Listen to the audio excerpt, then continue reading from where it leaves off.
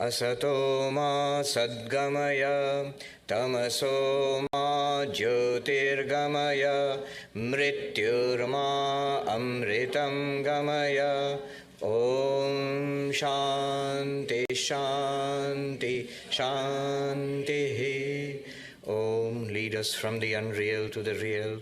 Lead us from darkness unto light. Lead us from death to immortality. Om, peace, peace, peace. Namaste and good morning, everybody. It's a great pleasure to be back here to see so many familiar faces and so many new ones too. So revered Swami Sumanasanandaji, other revered monks, revered Matajis, and dear friends. The occasion, of course, is the 125th anniversary year of Swami Vivekananda's visit to California, to Los Angeles. He did two things in his life, primarily. One was he built this bridge for spirituality from India to the West, primarily through the United States, through specifically also California played a very important role.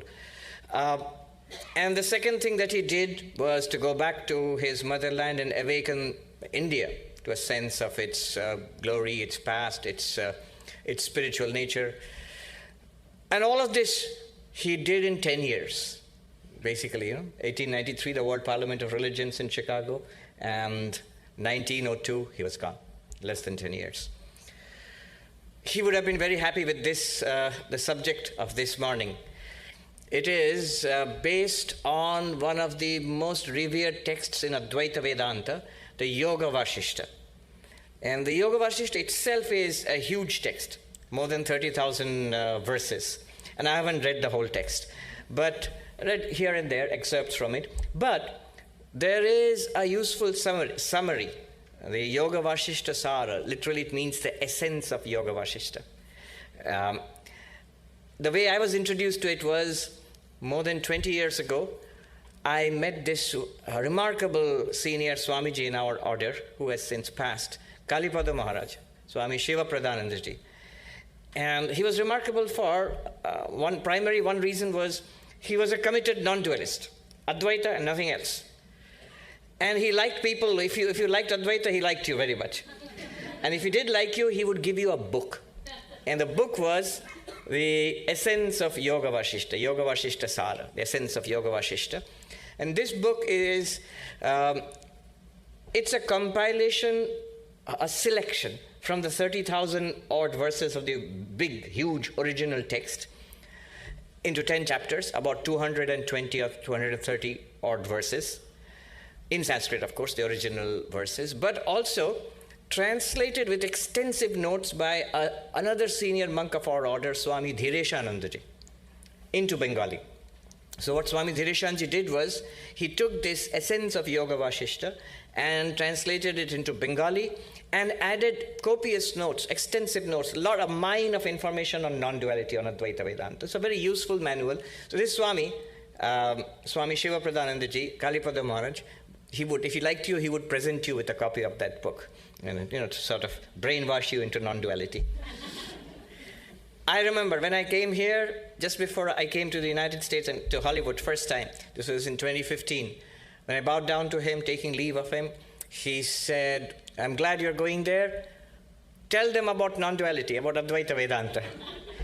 And just a couple of times I've spoken with him over the phone before he passed. He was a man of few words. I mean, in his first appearance, he would strike you as being a particularly grim monk. So he just said to me that, "I hear that you are you're teaching Advaita Vedanta. I am glad." That's all. Now, the problem was, I really wanted to talk about this book, which was so close to his heart, and I liked it too. I like that essence of Yoga Vashishta. But I was handicapped by the fact that there was no English translation.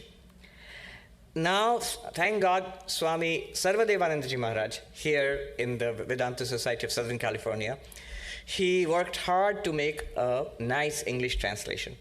It's called The Nectar of Supreme Knowledge. And it's quite popular. So popular that it's very difficult to come by a copy. So now I talk about it and I recommend it to people too, continuing Kalipada Maharaj's tradition. All right, so what I'm going to talk about this morning is a beautiful, beautiful verse from that book.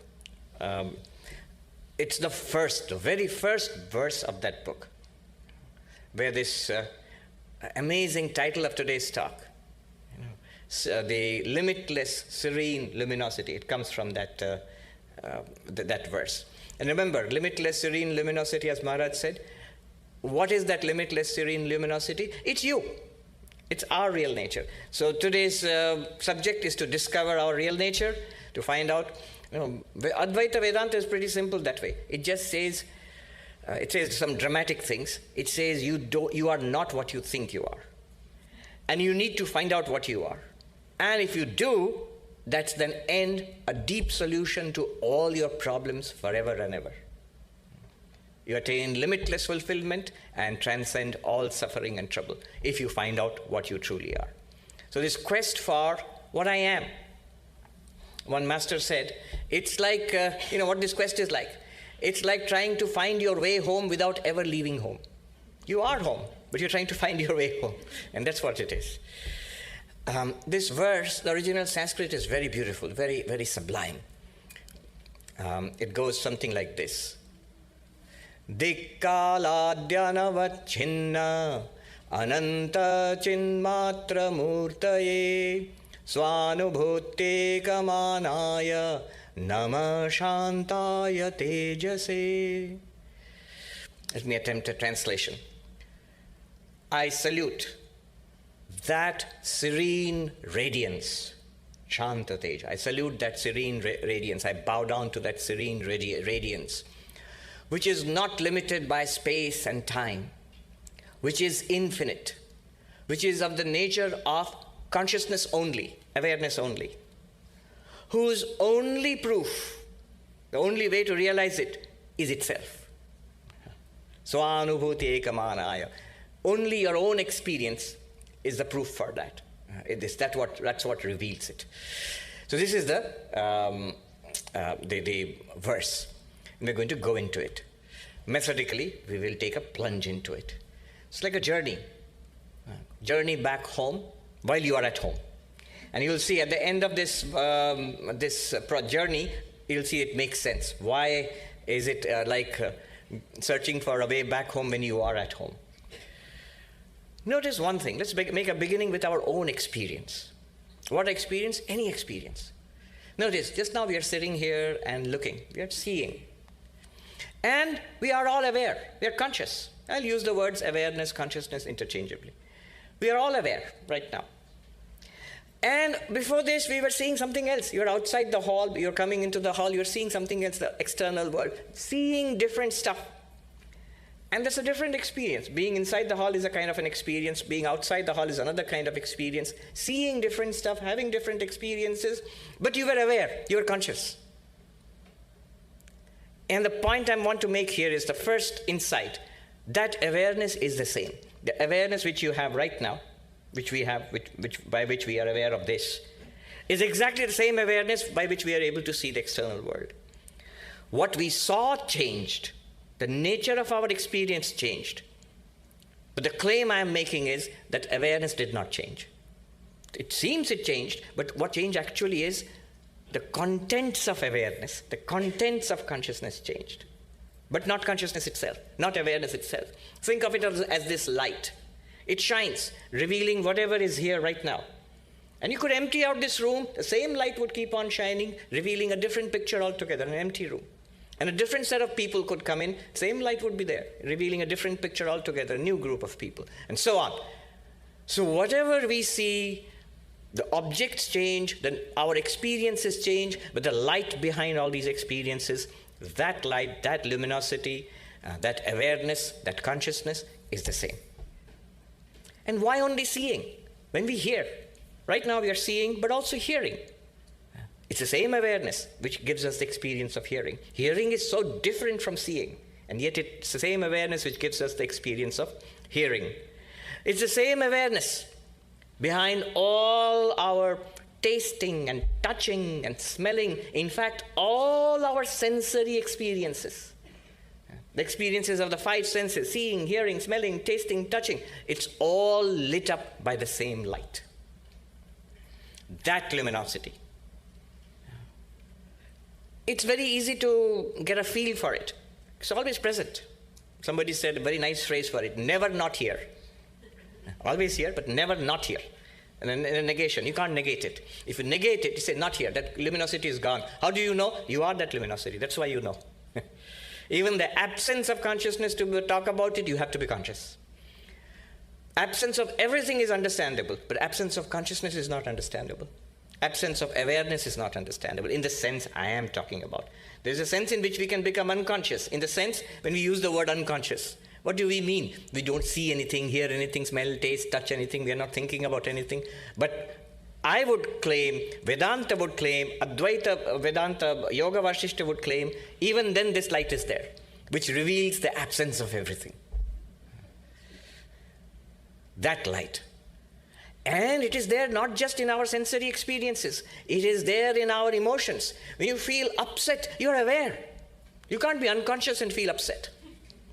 And say, oh, I'm terribly annoyed. So do you feel that annoyance? No, I'm unconscious. I don't feel anything. It's ridiculous. It doesn't make any sense. To feel pain, you must be aware. To feel pleasure, I'm so happy. Oh, you're feeling happy. No, I don't feel anything, but I'm very happy.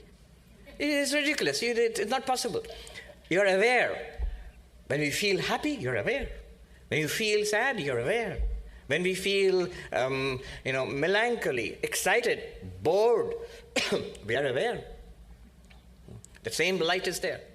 It is the same light behind our sensory experiences, the same light behind all our emotions, and the same light behind all our intellectual activities, the buddhi, the intellect. I don't get it. I'm aware that I'm not getting it.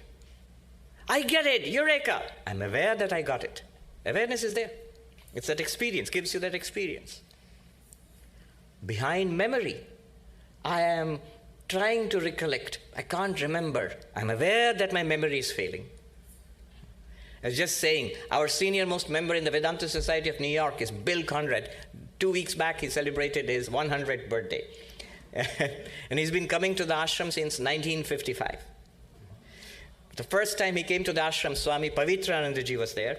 And he came and heard Swami Pavitranandaji's talk, and he said, I want to become a member. And the Swami Pavitranandaji said to him, no, it doesn't work that way. You have to keep coming for at least a year. Let me see if you keep coming. Then you can become a member. And Bill said to him, very typical Bill, said to him, that won't be necessary in my case. And he was right. 1955 till today. Yeah, continuous. Now he can't come every day because he's shifted to an elder care facility. But otherwise, until 2 years back, he was coming, 1 year back, he was coming every day, every day.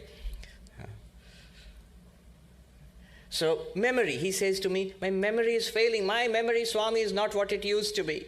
I said, Bill, I'm less than half your, I'm half your, just over half your age. And my memory isn't what it used to be. Don't worry. You are the same awareness. You're aware of your sharp memory and you're aware of your memory failing. You're fine. He said, he's difficult to convince. So he said, that's easy to say, Swami. It's still uncomfortable. So memory, the experience of remembering stuff and the experience of being unable to remember stuff. When we are unable to remember stuff, doesn't mean that we are not aware. It's because I'm aware that I can't recollect. Awareness is there. In our intellect, in our memory, in our desires. When we want something, awareness is there. When we don't want something, awareness is there. When we love, when we hate, when we enjoy, when we suffer, awareness is there. Consciousness is there. That light, luminosity is there. In all our waking life, that light shines. And when we fall asleep at night and then dream, what lights up the dream? There's no electricity inside your head when you see a world. You're seeing the world. There's no sun there. There's no moon there. It's that light, your consciousness, by which we experience the world. I was just a few days back in Houston. Hurricane Beryl hit us. And of course, without light. I hear they are still without lights in some parts. So nearly a week now. That was my first experience of a category. But they were blasé about it, that, it is category 1. It's no biggie. We just lose power for a week. A few people will die here and there. In some parts will get flooded. Yeah, but it's true. They have been hit by worse. But electricity goes up. So what lights up? Then it's all dark. I remember the last talk I gave, it was dark. The speaker and the audience disappeared into darkness. And it was a hot darkness. It's over 90. Luckily, they said, we are lucky it's not too hot. It was over 90. And no air conditioning, no lights, no microphones. And we still had a talk, question answers, candlelight dinner. Everything went on. It doesn't faze them. What lights it up at night? So in the dark, when the speaker is there, you can't see the audience, you can't see the speaker, you can still hear the words. By what light do you hear the words of the speaker? That luminosity. By what light do we see our dreams? In dreams also, the same consciousness which is there right now, by which you are listening to me, experiencing this, experiencing your own body, thoughts, the same consciousness will continue when you fall asleep and a world of dreams comes up. And most amazingly, the claim is, when that ceases, when we do not experience an external world, when we do not experience dreams, in the deep darkness of deep sleep, the claim is the luminosity also continues. It doesn't feel like it, Swami. No. What happens then is there is nothing for it to illumine. So there might be light, like in deep space, there is light. It's flooded with light from the sun, but it seems black. Wait for a comet to come in. Then you will see a blazing tail of the comet. The comet doesn't carry its own electricity. It's a bit like Houston. It's dark. But it's lit up. It blazes across the night sky in glory. Where does that light come from? The light is already there in that space that the comet is traveling through. It's only because the comet can now reflect the already pre-existing sunlight. That's why it's lit up. If it's not there, that place just looks dark. Exactly like that. Yeah. When in deep sleep, there's no world. You don't see anything, hear, smell, taste, touch anything. You don't think of anything. You don't dream anything. Therefore, you are there. That consciousness, that awareness, that luminosity. But it does not shine on anything. And therefore, it feels like nothing. I love this definition of deep sleep. I thought I came upon it, but then I saw Rupert Spira also using the same definition. Very beautiful definition. Is the deep sleep is not an absence of experience. It's an experience of absence. It's an experience of absence. And wherever there is experience, the point is the light is there. Awareness is there. Consciousness is there. It's just very different from this.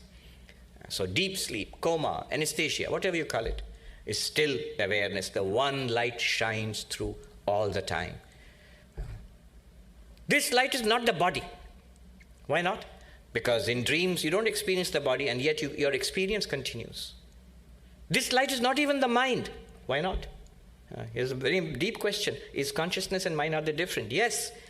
If it is possible that you have deep sleep experience continues in deep sleep, in that case, you don't experience the body, you don't experience the world, you don't even experience the mind. There's not even the sense, I am sleeping. If that thing is there, then you're not sleeping. So no thought is there. Mind is completely shut down. It's not gone, because it comes up the moment you get up, it comes back.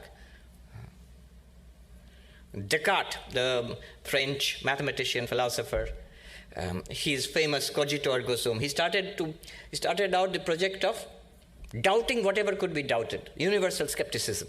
And he found that the one thing you could not doubt is your own existence. Cogito ergo sum. I think, therefore I am. What he meant was, any kind of conscious experience proves your own existence. I think, therefore I am. But also, I feel, therefore I am. I talk, therefore I am. I walk, therefore I am. I write, therefore I am. But in deep sleep, does Descartes not exist in deep sleep because he's not thinking, talking, walking? I asked a professor of philosophy in class when we were studying all this. I said, so I think, therefore I am. In deep sleep, Descartes, presumably like the rest of us, we stop thinking. Therefore, he is not. And when he wakes up, does he pop back into existence? No, the mind is still there. The capacity to think is still there. And the absence of the thinking is illumined by this light. Anyway, consciousness, the light of consciousness. This is who or what we are. Thank you, Maharaj. This is what you and I, all of us, we are. Every sentient being. It's not that we have this light. If I say, if we have this light, this is a common sense approach. Most people think in this way. We feel that we are bodies with minds and consciousness. Nobody doubts it. You say, yeah, Swami, I know I'm conscious. There's no big deal. Why are you making such a big deal about it? The big deal is here. That not only is the claim is that consciousness is constant, this luminosity is constant, but this is our real nature. We are not bodies with minds and consciousness. We are consciousness with minds and bodies. This shift, if we can do this shift, attend to it at least make the attempt to stay with it. Yeah, I'm aware. This is going on in my life, I'm aware. When I'll walk outside after the talk, I'm aware. Whatever I do, when I'm driving, I'm aware. You better be, especially in LA, I'm aware. And when I wake up from sleep and dreams, let me note, I slept. But that was a kind of an experience. So in one sense, awareness was there, though I could not think at that time that I'm aware. And clearly dreams were experiences, so awareness was there. My real nature is awareness. And this verse calls it Teja. Teja. Teja literally means radiance, light. What is this Teja? It's I, me, myself. Namah Tejase. I salute, I bow down to that glorious light, ever-present light. Namah Tejase. The one meaning of the word Namaha is, of course, bowing down. You bow down to the divinity.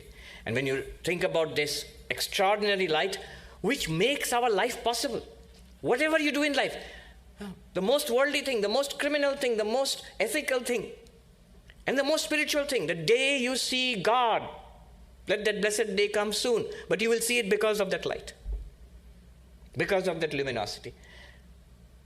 I hope this does not sound like claims. The real way of understanding is it should be all the time. Yeah, I get it, what you're saying. I get it, yes, yes, yes. Then we will make progress. If it sounds like a theory, something wild, something speculative, then we are not really getting it. What I'm saying is the plainest of all truths, is the simplest of all truths, is the most common of all truths, always present, never not here. Namaha, I bow down. So when you think about it, yes, it's glorious, I bow down to it. But then, it's I, me, myself. So do you mean that I bow down to myself? So in this case, in the non-dual sense, in Advaita Vedanta, Nama means I am one with it. I give up my small identity. This idea that I am just this body. I am just this mind. I give up this identity with body, but don't worry, body and mind will still be there. It won't disappear. Body and mind is still there. It will disappear at the very end of the talk, but anyway, we'll come to that later. But right now, the body and mind is there. But I am not just the body and mind. Just as I am not the clothes I'm wearing or the car that I'm driving. Just because I say I am not the car I'm driving doesn't mean the car will disappear. That could still happen, not in our parking lot, but I am the light in which the mind and the body are experienced and the world are experienced. This realization is also Namaha. In Sanskrit, Namaha can be understood as Na Mama iti Namaha, not mine. This is the old Vedic usage of Namaha. The part of the Vedas which deal with Vedic ritualism. So there's you've seen smaller forms of it here in the Homa fire.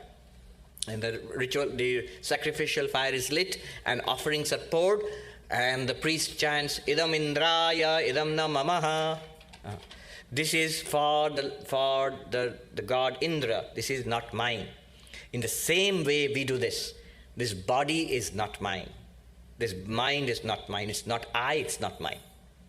That's the meaning of Namaha. When you do that, inevitably you will realize I am just this luminosity. You can never say that this luminosity is not I. You can never say that. Try it, you can't. Even to strongly say, I am not this awareness, I am not awareness, you're still aware. Everything else you can dismiss, except this awareness. That you exist, as Descartes, clever old Descartes said, you do exist. That's the indubitable. And this existence is also light. What's it made of? When you say, I'm the body, one can understand what's it made of. Flesh and blood and cells and organs and stuff. If you say, I'm the mind, that's also understandable. What's it made of? Thoughts, emotions, memories, personality. But if I say, you are the self, Atman, what's it made of? Luminosity, consciousness, awareness. That's what you're made of.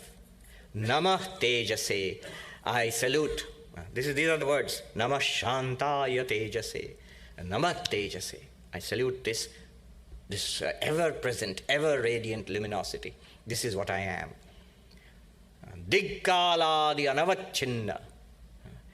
Not limited by time and space. Now we're going to explore that light. The light which we are, we're going to explore it. A huge claim is made. See, it's not limited by time and space means what? As I am the body, as a body it's limited in space because I am here and not there. You are there, you are not here. We are all in LA, we are not in New York. We are all on the surface of the earth. We are not in Mars or as much as Elon Musk would like us to go there, we are still here. So we are limited in space, here but not there. We are limited in time. I know I was born at that such and such time, date of birth. And I know I'm going to die at a particular time. So I am limited in time. Before that, I was not. After that, I will not be. From which perspective? Body. No matter how we speak or whatever we speak about pure consciousness, luminosity, it will still be true of the body. The body is limited in space. The body is limited in time. It's born. Everything is born and it dies. Whatever is produced will be destroyed. That's time limitation. And here we are saying, Dikkala the anavachinna. Literally it means not cut off, not limited by space and time. What do you mean not limited by space and time? Isn't it true? I am here and you are there, I am not there. You're still limited in space. But no. That's from the body perspective. But look at it from the luminosity perspective, consciousness perspective. Let me give an example. Suppose you're dreaming and you don't know you're dreaming. That's the essence of dreaming. You don't know you're dreaming. It feels like waking. And you are on top of Hollywood Hill, there, near the Hollywood sign, and you look down upon LA, spread out. What do you feel? I am here, but not there. Now, that's far away. That's LA in the distance, spread out all below me. And I'm here. Now, somebody comes and tells you, no, this is a dream. The whole thing is a projection, an imagination, an appearance in your mind, in the dreamer's mind.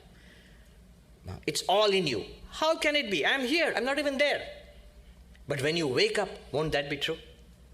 Won't it be true that the Hollywood sign and you and the mountain and the city and the sky, they were and the reservoir, they were all in you. Both here and there were in you. Why I'm saying this is in Hindi. I really liked it. In Haridwar, there was a class going on, and the monk was teaching Vedanta, and he says, self is all pervasive. You're all pervasive, sarva vyapi. And one monk at the back said, Thariye Mahatmaji, wait a minute, oh monk. मैं यहाँ वहाँ नहीं हूँ, तो सर्वव्यापी कैसे हुआ? I am here, I'm not even there. How can I be all pervasive? I'm just here, not even there. And the master said, हाँ, लेकिन यहाँ और वहाँ दोनों ही क्या आप में नहीं है? He says, yes, you're right. You are here, but not there. But this here and there, are they not both appearances in you? Just like a dream. Are you with me? There are two possible answers. Yeah, it's pretty simple. Get on with it. Move on. Or, I don't know what this guy's talking about. What are you going on about? Dreams. In dreams, we see space. And when we wake up, we realize, that was all imagined in my mind. It was all in my mind. Exactly like that, the claim is, all the space that we see, all the here and there with respect to the body, all of vast space, whatever we see and whatever we do not see, all of it is an appearance in this luminosity. This luminosity is not cut off in space. You can't say that this consciousness is here and it's not there. Because both here and there are appearances in space is an appearance in consciousness. And so is time. Similarly, just like space, time also is an appearance in consciousness. If time is an appearance in consciousness, in that case, consciousness has no beginning or ending in time. Time begins and ends in consciousness, arises and disappears in consciousness. It arises in waking and in dreaming, disappears for a time being in deep sleep. So, consciousness, luminosity, awareness is not cut off. Digkaladi anavachinna is not cut off by time and space. This not being cut off by space is called all-pervasiveness. In Sanskrit, sarvavyapi. This not being cut off in time is called nitya, eternality. So here eternality does not mean that consciousness is something that lasts for a very long time. Rather, it means that time appears in consciousness and disappears in consciousness. Consciousness is always there. This is called not being limited by time and space. This not being limited by time and space is called limitlessness or infinity, ananta. Digkaladyanavachinna ananta chinmatra murtaye. Ananta means limitlessness. What is a limit? Time limit, a space limit. But there, for consciousness, no time limit, no space limit. Hence, it is, congratulations, you are infinite, ananta. Digkaladi anavacchinnaya namaha. I salute that which is not limited by time and space. I salute means I am that. Two things. First, salute. Then the process of salutation is giving up all the limiting adjuncts in upadhi in Sanskrit. And so I realize myself as that unlimited in time and space. And therefore, anantaya namaha. I salute the infinite, limitless. I am limitless. Namah tejase. Salute that luminosity. I am that luminosity. Digkaladi anavacchinnaya nama. I salute the one unlimited by time and space. I am unlimited by time and space. See how radically different it is from our way of thinking about ourselves. Because we all think one thing in common. Whether you believe in God, you do not believe in God, you're spiritual, material, what a materialist, whatever you are. We all believe I was born and I'm going to die. But now we are being told that you're right, but that's the body. How do you know that the awareness was born? How do you know that the awareness is going to die? Here some people might think, yeah, but if you're dead, the body dies, and with that the brain and the nervous system dies. That's it, gone, lights out. All your fancy awareness theories are all gone. Your great luminosity will be switched off just like that. But that is assuming that the brain is producing consciousness. That is a theory, or a series of theories called materialist reductionism.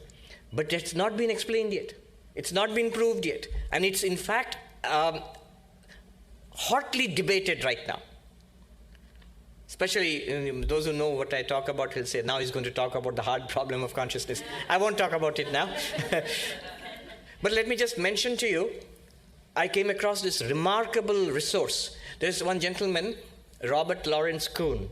So what he does, he is this super rich guy, but also scientist, and very interested in all the big questions. What is reality? Where did the universe come from? And especially, what is consciousness? Does God exist? Things like that.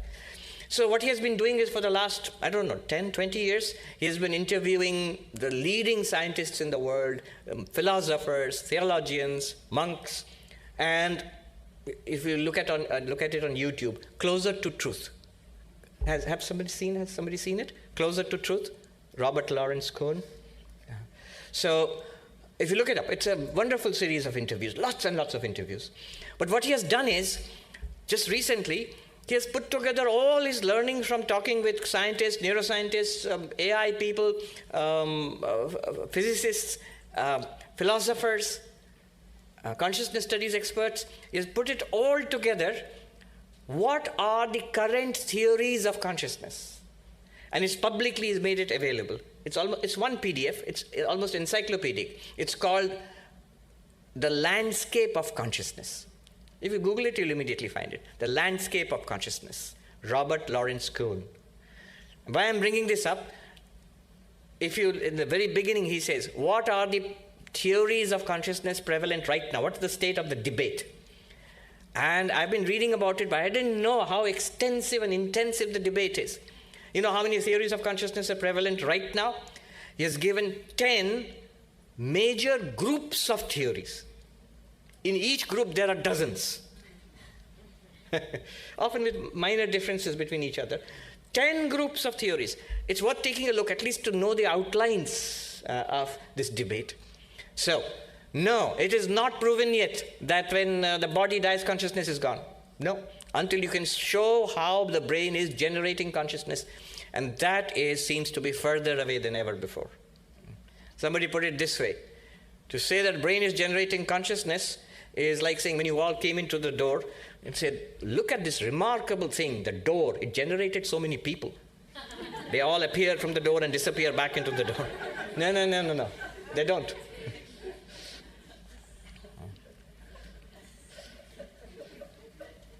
It's like trying to find out about you, the conscious being, is about consciousness. By studying the brain, you can find out something. It's like by studying the door, can I find out about what kind of person you are, or your lives, your theories, your ideas? By studying the door.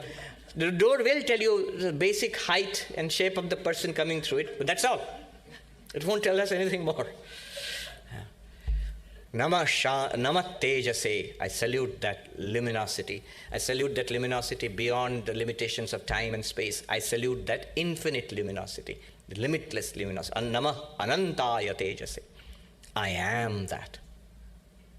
Now it gets a little difficult. So far it wasn't difficult. Now it gets a little difficult.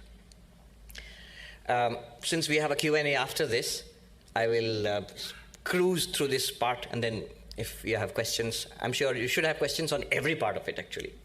I am just like Robert Kuhn, who has got 10 different groups of theories and which he puts in one PDF. I am cruising through lots of heavy-duty philosophy and philosophy of mind in this talk. All right. There is a word, Swanubhuti Ekamanaya. The only proof, the only way of knowing it is your own experience. What does it mean? First of all, in Vedanta, there's something called pramana, the source of knowledge. So how do you know that all these people are here? We'll all say, I saw them. So seeing is a source of knowledge. This is called perceptual knowledge, visual perceptual knowledge, pratyaksha pramana. I heard the talk, the Swami gave a talk. How do you know? I heard it. So ears are a source of knowledge. This is called direct perception, or perceptual knowledge. But a lot of things are inferential. You gather data in science and then make an inference about it. So, inferential knowledge. These are all sources of knowledge. These are called pramanas or mana. Mana means to measure, to grasp. One scientist once said, look, science says reality and measurability, they go together. If it's real, it should be measurable. That's wonderful. Vedanta says if it's measurable, it's false. Why? Because in Vedanta, the infinite alone is the real. Whatever is limited is an appearance of the real, because it's a limitation of the real. It's an appearance of the real. When it appears by itself, this place, this space, people, you want to measure the volume of this place, you want to measure the height of a person, you're taking that person by itself, apart from the infinity. In that case, it's an appearance. It's not the ultimate real. The moment you measure means it must be limited. You can't measure the limitless.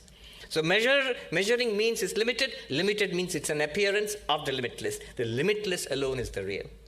And therefore, measurability is equal to falsity in Advaita Vedanta. Mana.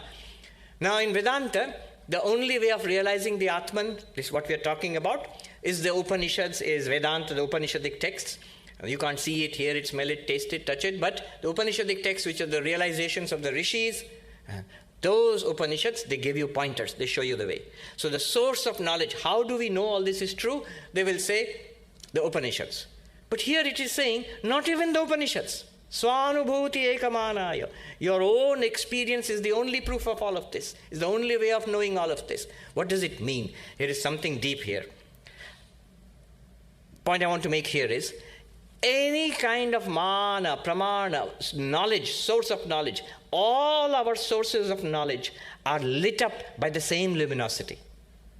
So eyes are my proof that you all exist. But my eyes work only because it's lit up by consciousness. Ears are the proof only because it's lit up by consciousness. All my inference, science, all my beliefs in religion, they're all lit up by consciousness and therefore they function. All pramanas function because of this luminosity. But none of those pramanas can make this luminosity an object. This luminosity is the light by which everything here is lit up. That shining, everything else shines. Right? Tameva bhantam anubhati sarvam tasya bhasa sarvamidam vibhati. You shining, everything else shines. Everything else means your mind shines, then the senses shine, and the world shines. Shines means it's revealed to you. By your light, everything here shines. And yet, that light cannot be an object of those instruments. By these instruments, we know the world. By the mind, I know my body, I know the senses, and I know the world. Through the senses, I know the world. But neither through the mind, not through speech, not through senses, can I know myself, the luminosity. Not because I do not exist, not because I'm unknowable, because I am the light by which everything else is known. What can know me? I will put it into very sophisticated, very precise, logical language in Sanskrit. I'll translate a little bit and leave it for question and answer later. The way they put it this way is this way. Anya anavabhasakatve sati swavetirikta sarva prakashakatvam. Okay, what does that mean? So you're talking about you, the luminosity. It is not revealed by anything else. Eyes, ears, inference, scriptures. Nothing can reveal you, the luminosity. Anya anavabhasakatve sati. Being unobjectifiable by any of the well-known sources of knowledge. Swavetirikta sarva prakashakatvam. It is at the same time, you might say that if it's not knowable by anything, how do you know it exists at all? How do you know it exists? Because the next part of the definition goes, Swavetirikta sarva prakashakatvam. It is that, although it's not knowable by any other source of knowledge, but by that everything is known.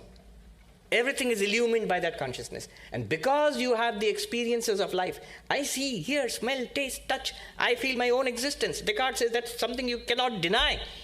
If this undeniable experience of life is going on because of that, how can you deny that? It's like saying, I can't see my own eyes. And that's literally true. None of us can see our own eyes directly. You might say, Swami, have you heard of a mirror? But in a mirror, you can see a reflection of your eyes. You can't see your eyes directly. In a selfie, you can see a picture of your eyes. You can't see your eyes directly. The way the eyes are seeing this, the eyes cannot see themselves directly. Now, if I say, you all exist because I see you. So whatever I see exists. And there's no elephant in the room because if it were, I would see it. Since I don't see an elephant in the room, there's no elephant in the room. But all these people are there in the room. All right, because my eyes reveal it. But since my eyes do not reveal the eyes, there are no eyes. You'll say, no, the very fact that you're seeing all of them is a proof that you have got eyes. Sarva prakashakatvam, swavetirikta sarva prakashakatvam. Excluding itself, that luminosity reveals the entire universe. Then how do we know that luminosity exists? Because it cannot be revealed by anything and it cannot be revealed by itself. So you might say, why don't you say it's revealed by itself? There's a philosophical problem there. Things do not operate on themselves. Things do not operate on themselves. A knife cannot cut itself. So this is called the fallacy of self-reflexivity. So therefore, you cannot say consciousness illumines itself. A more technical problem or definition would be, what do you mean by illumination? That which was not known, that which was in darkness, now you shine a light upon it. It is illumined. Was consciousness ever in darkness? Was consciousness ever unknown? Was it ever in darkness that you have to shine another consciousness on it? This light is all dark, you can't see anything. You switch on this light, you can see everything. And you don't need another light to see that light. So it reveals everything and it shines. Consciousness is something like that. It is called swaprakasha, self-revealed, not self-illumined. It's never in darkness, self-revealed, a different subject, a different concept altogether. Another definition I'll throw out, again examination in the Q&A. Swam anubhuti ekamanaya. This luminosity, the only proof for this luminosity is this luminosity. Sri Ramakrishna would say, how do you get enlightened? Bodhe bodhkara, he would say. Awareness of awareness. So there's a definition of this self-luminosity, swaprakasha, from one of the toughest texts of post-Shankara Advaita called Chitsukhi. There he takes up 10 definitions of consciousness and dismisses all of them as faulty, the author, Chitsukacharya. Then the 11th definition is accepted as valid. I'll share that with you. 1,000 years ago. Literally 1,000 years ago. The definition is this. Avedyatve sati aparoksha vyavahara yogyatvam. What does it mean? Not being an object of knowledge, yet directly revealed. Yeah. Directly revealed. Aparoksha vyavahara yogyatvam. What's that? It's you. It's your definition. Try to find yourself out. Whatever you will find will be an object. The body, the prana, the mind, the emotions, the memories, the personality, the intellect. Or nothing. Dismiss everything. Blank, deep sleep. That's blankness. Try to go beyond that. You'll never find it. And yet you cannot deny that you exist. So, how do you know that? Not being, you are never an object. It's good news. If you were an object of any kind of knowledge, you would be a thing. But you're not a thing. So I'm nothing, you're not nothing. You are no thing. No hyphen thing. Swa anubhuti ekamanaya namaha. I salute that radiance, which is, its only proof is its own light. And then he says, Chinmatra murte namaha. I salute that which is only consciousness. What is that which is only consciousness? Here is a remarkable thing. So you've just been talking about it, Swami, this luminosity, not body, not mind. Chidananda rupa shivoham. I'm of the nature of Shiva. I'm consciousness. I'm bliss. This light by which I'm experiencing everything. You have been talking about it. Now he goes further. He says, whatever you experience, not just you, whatever you experience, these people, the chairs and tables you're sitting on, this one, all of this is that light only. Is you the light? The entire universe is light only. What light is that? It's you. Chinmatra murtaye namaha. How do you know that? I'll rattle off some terms. I won't explain it. To explain it will take an hour at least, or a full course in Indian philosophy. What I'll do is start with this universe and end up with consciousness alone. In 7 steps. Jagat, prapancha. This Jagat, this is the word. What is this? It's nothing but the play of matter and energy. Or in Sanskrit, panchabhuta vilasa, the play of 5 elements. But what is the play of 5 elements? What are these 5 elements? This is maya vilasa. They are transformations of maya. Won't explain.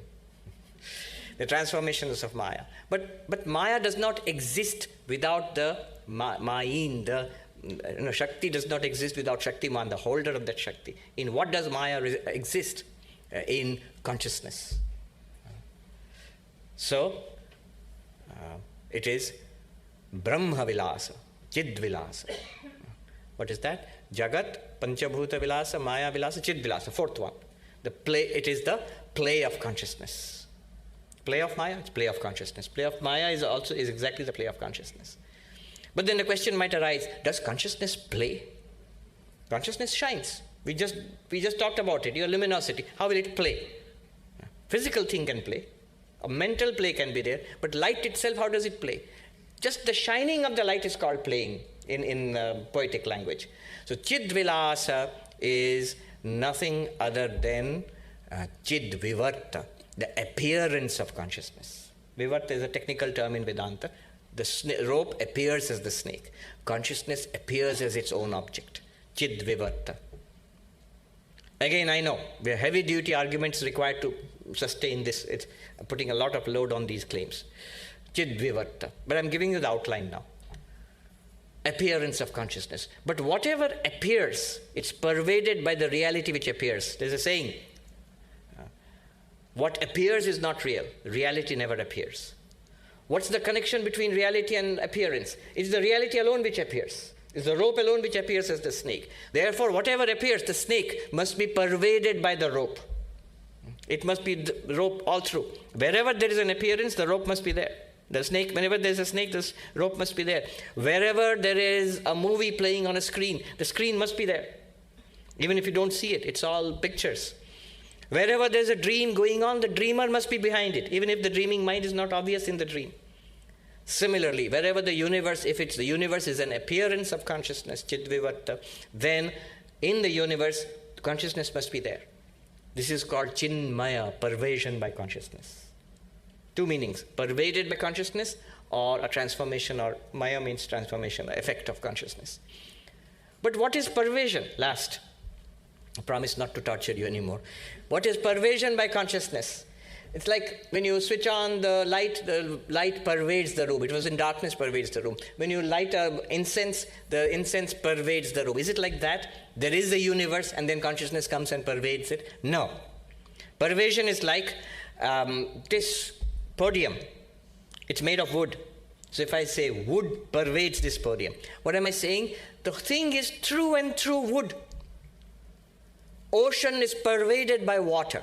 It doesn't mean that there is an ocean and then you put a lot of water into it. No, it's just water. The wave is pervaded by water. It means the wave is just water.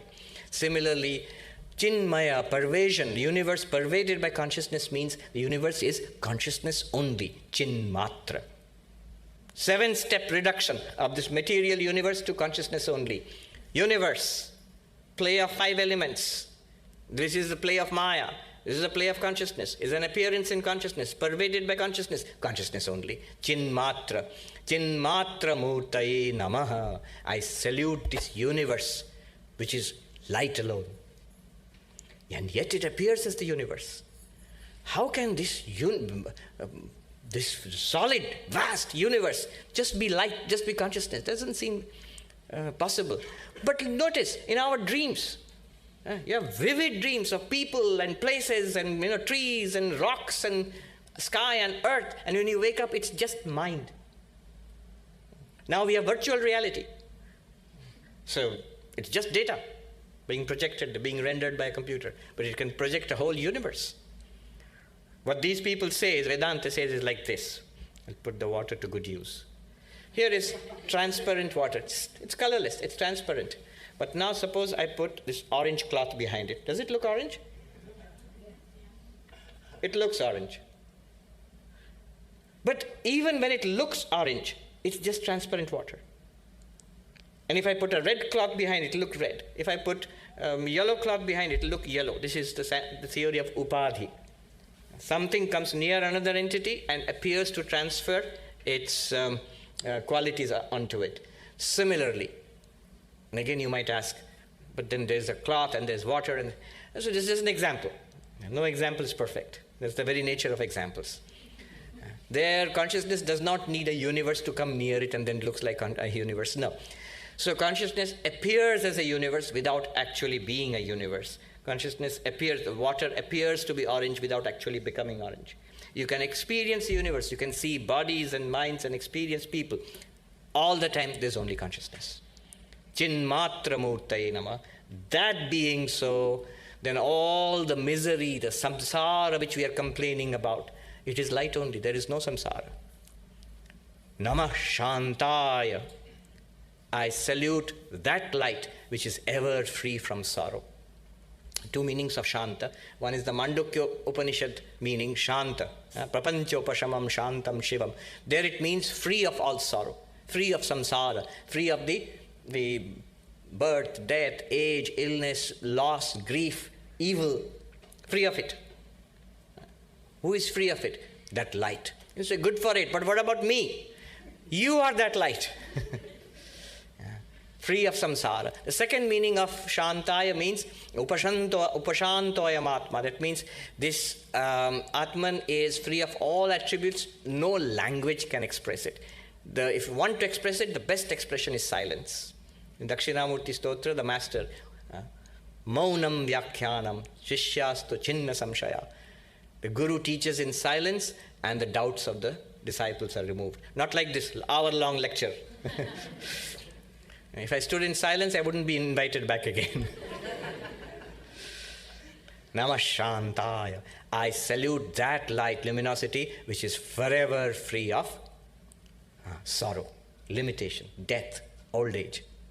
I am that luminosity. Namah Tejase. I salute that luminosity, which I am. Namah Diggaladi Anavacchinnaya. I salute that luminosity which is unlimited by time and space. Namah Anantaya. I salute that luminosity which is limitless. I am that luminosity which is limitless, infinite. Namah Swanubhuti Ekamanaya. I salute that luminosity whose only proof, whose only way of knowing it is that luminosity. I am that self-revealed luminosity. Namah Chinmatra Murtaye. I salute that luminosity which is this very universe. But it's consciousness alone, it's light alone. Remember the 7-step reduction. Namah Shantaya. I salute that luminosity which is ever free from sorrow and suffering and limitation. I salute, I am that luminosity, ever free from suffering and limitation and sorrow. Remember, when are you saying this? In the midst of the universe appearing, while going through sickness and old age and disease and death, you can say, I am fine. By the way, what's the proof of all this? The proof is the enlightened ones, their experiences. There's so many, many, many examples. In the midst of disease, dying from terminal cancer, Sri Ramakrishna can happily acknowledge, I am in great bliss. How? Namah Shantaya Tejasi. I salute that luminosity, ever free, serene luminosity, ever free from sorrow and suffering. I am that serene luminosity, ever free from suffering and sorrow. I pray to Sri Ramakrishna, Ma Sharada, Swami Vivekananda, Swami Brahmananda is here. On this auspicious occasion, when we look back upon one of the greatest messengers of light, Swami Vivekananda, who came here 125 years ago, may those blessings come down on us. May we realize that we are this limitless, serene luminosity. May we come home while being at home. Yes. Om Shanti Shanti Shanti Harihi Om Tat Sat Shri Ramakrishna Arpanamastu. And so those who are already here, you get first crack at the questions. So you're the early birds and the worm is here, so early bird gets the worm. We'll go to you, to the lady there and the lady at the back after this. Yeah. Okay. Namaste, Swamiji. Thank you for the wonderful lecture. Swamiji, Tell us your name and ask the question. Yeah, my name is Arvind, and I wrote this down so that I can be clear and concise. So when a person recognizes his or her existential truth as consciousness alone, which is so undeniable, he also recognizes that this is the existential truth about every being. In fact, one recognizes that everything here is that alone, undeniably. Like the experience of khulle nain dekhu sabko. Yeah. Then what does freedom from cycle of birth and death mean from this perspective of truth? Because isn't it the very power of this existential truth to appear as this apparent bondage and apparent freedom? For it was never bound to begin with. Isn't it the very power of the water to appear and disappear as wave? So what if one wave recognizes that it's water? When one wave recognizes it's water, it will first of all realize that it was always water. And in fact, that's one. It never lost its water nature. And in fact, the lady there who raised your hand, raise your hand so that you have to catch the attention of the volunteer. Yes, we'll go there next. We'll go there. Now, please sit. Please sit. Please sit.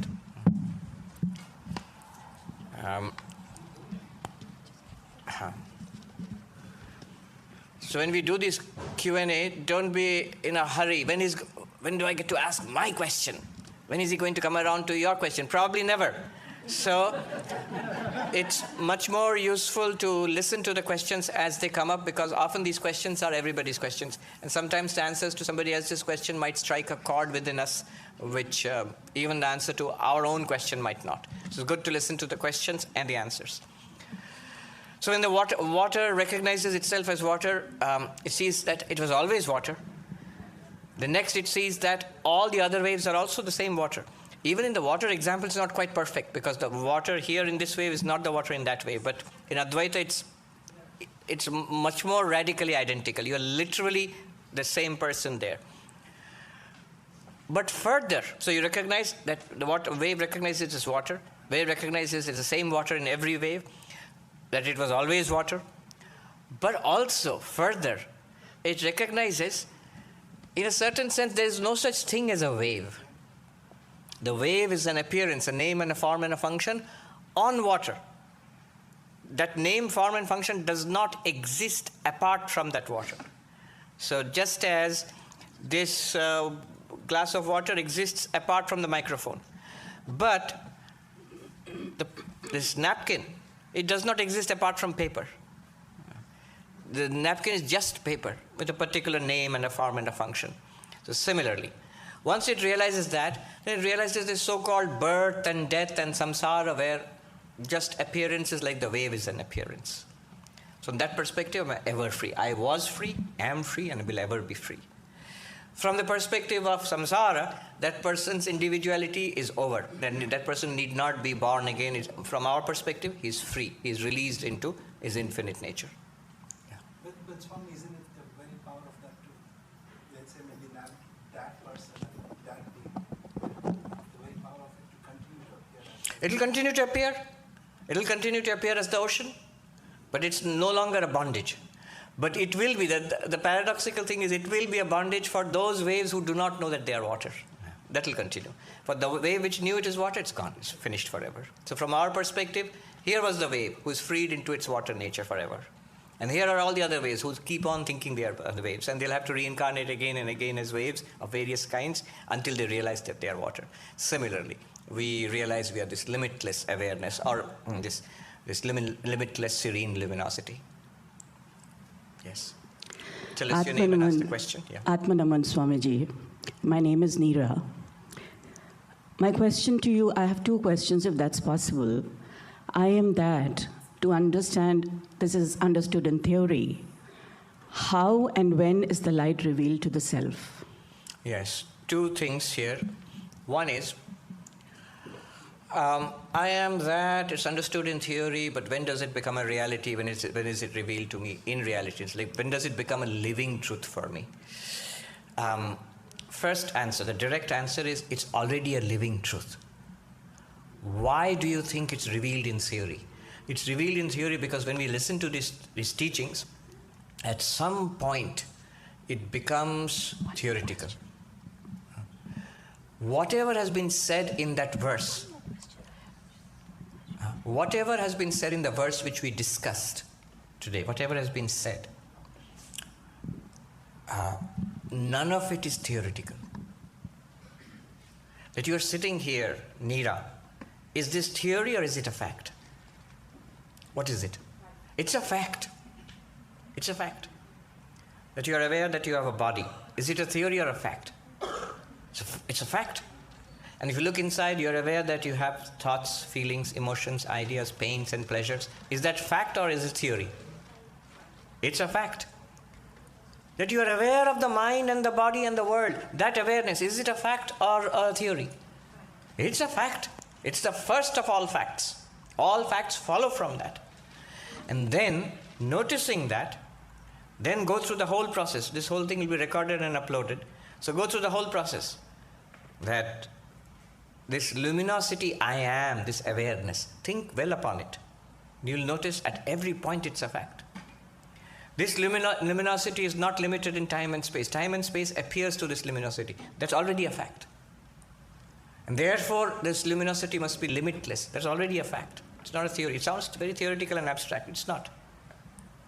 This luminosity must be consciousness only. It's revealed by itself. Luminosity is revealed by itself. You can't see it with your eyes, or you can't see it with, instruments. But all seeing with eyes and instruments, all kinds of understanding is powered, as it were, by this luminosity which you are. Swa anuhuti ekamanaya. This luminosity is appearing to itself as this universe. Little more difficult to understand, but it will become understood over time. Everybody is that luminosity and they are appearing to itself. And hence, from the perspective of this luminosity, there is no problem at all. Take only body perspective, Neera has a lot of problems.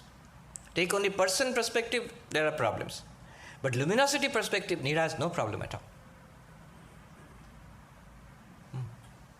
Try this. You sit quietly. You close your eyes when you are comfortable. Now visualize that you are not seeing anything, not hearing, smelling, tasting, touching. Just hear my words. You say, I don't hear you, Swami. And I'm not doing anything. I'm not walking, I'm not talking, I'm not doing any action. Just sitting quiet, not seeing, hearing, smelling, tasting, touching. Visualize, make an experiment in the mind like that. And then not thinking anything, not remembering anything. Suppose memory has completely failed. I don't remember a single thing about my life or the world or anything at all. And my feelings are all neutral. I don't feel excited or bored. I don't feel pleasure or pain. Neutral.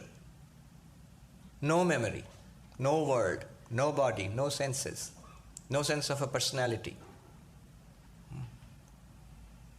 Just blank. Now turn inwards from that blank into the one which is aware of the blank. The awareness by itself. The awareness by itself. It's not seeing anything, hearing anything, doesn't remember anything about the world, no conception or perception of body, nothing. No personality there also, just awareness. What does that awareness want? Nothing. Is that awareness sad? No. Is that awareness waiting for something to happen, some enlightenment? No. Isn't it impersonal? It's not a personality at all. It's just the same in everybody. Bodies are born and die. Is the awareness born and die? Is the awareness afraid of death? No. Without the world, without memory, without perceptions, is there poverty? Is there disease?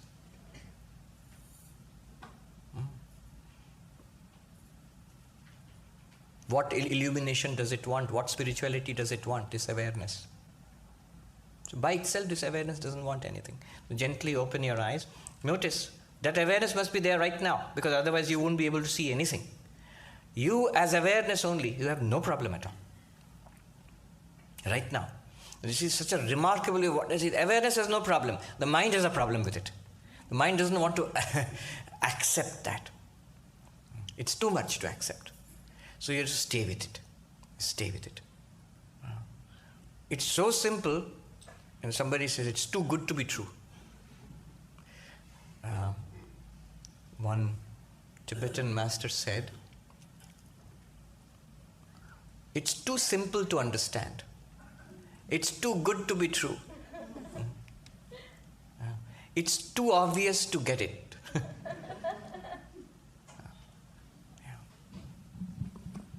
Namaste, Swamiji. My name is Adya. As you wonderfully started off your talk today saying that this whole spiritual endeavor is a journey to home while being home. Yes. But the ego or the false self just gets in the way and gets us into trouble.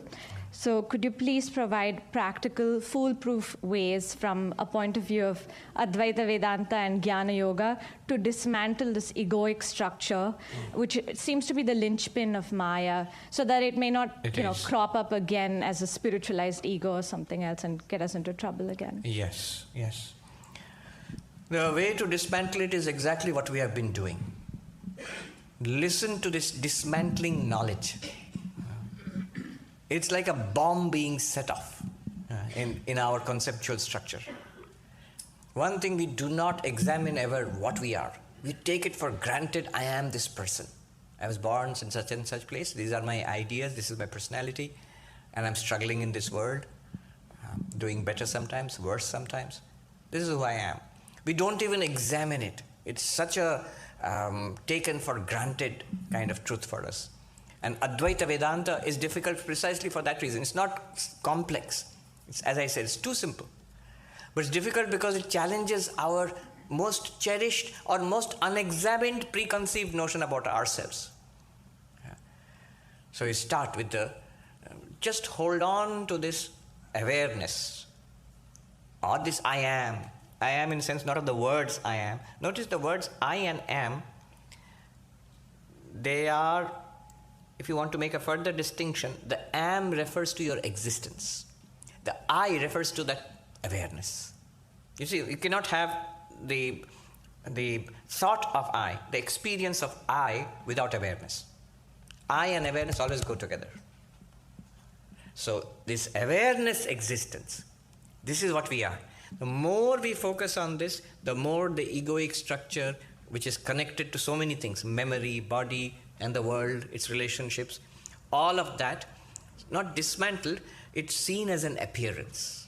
It will still continue. When you are enlightened, you can still happily inhabit this structure, but you are not limited by it anymore. Yeah. So, hearing these truths, thinking about it, staying with the sense of I am, staying with the sense of awareness. Just stay with the sense of awareness. Somebody put it very beautifully. Move in the direction of the I am. Because if you say I am, what is the exercise? What is the practice? This is a good instruction. You feel I am, move in that direction. So all thoughts of world, move away from it. Feelings and sensations, move away from it. Bodily sensations, move away from it. Away in which direction? Towards the I am. It will become very intense in a few moments. Let go and start all over again. Yes. Namaskar, Swamiji. I'm Shomir.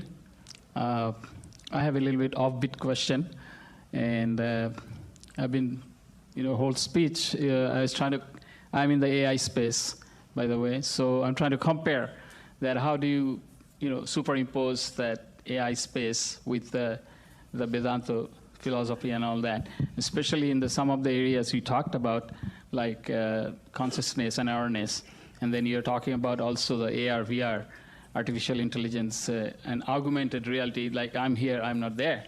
So the question is, where do you draw the line? Today's AI is all sensor-based, which our consciousness is all about, all the inputs coming from various, for example, the autonomous vehicle and all that. It's all sensor-based. Everything is sensor. Sensors continuously coming, it's making its own decision and taking the right path, whether I'm going to hit this guy or not, I'm going to crash this or not, but it's making the decision. Also, for example, the AI, AR, VR, artificial intelligence in the augmented reality, which is equivalent to I'm here, I'm not there.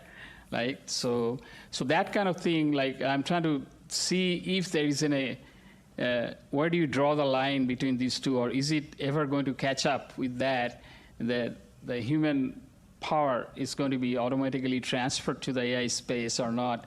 Where do you make this difference, and where do you draw the line? Okay, I'll take up just one question from all of that. Where do you draw the line? Right. And the line is Thank you. This consciousness, this awareness, this luminosity we're talking about. Just by the way, somebody pointed out to me, the OpenAI founder, Sam Altman, somebody asked him that, can you tell us something that you believe in which we are not aware of? And he said, Atman is Brahman. Apparently it's there on his X Twitter feed, it's there. Anyway, so he is also a Vedanta fan. I don't know how much he studies, or he knows about it, definitely. All right. What fascinates me about the whole AI thing is, notice, AI is doing a lot of things which we thought were limited only for human beings. For example, creativity. We thought computers, machines, robots will come and do all the physical work. And all the creative stuff, the human stuff will be for us. But here it's not doing we are left to do the physical work. And the AI is now taking over the creative work. So I saw in the Museum of Modern Art in Manhattan, it's probably the biggest museum of modern art in the world. And when you enter it now, you will see a big screen where AI is generating art continuously. So what they have done is they have fed the entire contents of the Museum of Modern Art into the AI and asked it to generate similar stuff. It's haunting. Now you might say, is it art? From the AI's perspective, if you look at it, any artist will say, no, it's just a machine producing things based on algorithms. But if you look at it from the perspective of the viewer, the person who's coming and watching it, aren't you captivated by it? I was captivated. I have seen the whole bunch of people standing open-mouthed looking at it. So it is having an effect on you. Suppose it was not told to you that it's made by an AI. You would think it's real art. Now the AI is generating images. AI is writing stories. I asked AI to do a story on Vivekananda, a poem on Vivekananda. It did it. Maybe it's not poet laureate stuff, but it's not bad either. It's like an intelligent school or college kid would write a good poem. So average, let's say. But then it did something no human poet can ever do. I asked it to write another poem. It did it within seconds. I asked it to write another poem. And if you do that to AI, it will write different poems all day long. No poet can do that in the world. It will write stories for you. Yeah? So,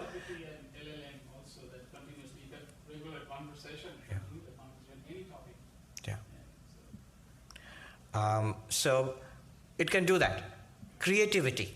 Then you also mentioned decision making. And recently, it's not even that level of AI, but I for the first time had experience of a completely self-driving car. So this gentleman in Toronto, he's bought the latest Tesla model. So the full self-drive mode, he put it there. I've sat in Teslas, but I never experienced that full self-drive mode. From the starting till the end of the destination, no touch. And once in a while you have to touch it, I think, because it's there's a warning to see if you're alert. But the car did everything. So now now there are Google self-driving cars. Somebody told me they saw it in Phoenix, in San Francisco. There are these cars, no driver. Sometimes no passenger also, it's going along. So all of this is there, and much more. And now it's already very widespread. Many people who are working in big companies, they tell me that each of their companies, they have their own pet AIs, in-house AIs, which have been trained for the work of that company and does extraordinary work. And these are all proprietary and secret, so they are not shared with others. So, all right. So it does all of this. Things which we thought till now are limited to human beings only. We thought, all right, cranes will lift big weights, calculators will calculate stuff, but creativity, decision-making, all of these we will do as human beings. No, now it's the opposite. The human beings are not doing it, the AI is doing it. Except one thing. You asked, drawing the line. Except one thing. They are not aware that luminosity is not there. You might ask, how do you know? Well, ask, he's an expert. You ask him, have you programmed the AI to be conscious? You say, no. Why not? And they will answer, we don't know what consciousness is. We don't know where to start. We can make it, see, these are, actually AI is not creative in the sense we are creative. What they are doing is they are simulating it, they are modeling creativity. But the effect is similar. They are modeling our decision making. When you are driving a car and the self-driving car pulls up along you, the difference is this, not in the behavior. Maybe the self-driving car is driving better than you, maybe more precisely than you. But the difference is this, when you are driving, you have a feel for it. You are seeing, hearing, smelling, tasting, touching, making decisions in your mind. There's a continuous experience of driving going on within you. There's nothing like that going on in that AI-driven car. All decisions are being made. Every action is being made, but there's no inner feeling of driving inside. It's a machine.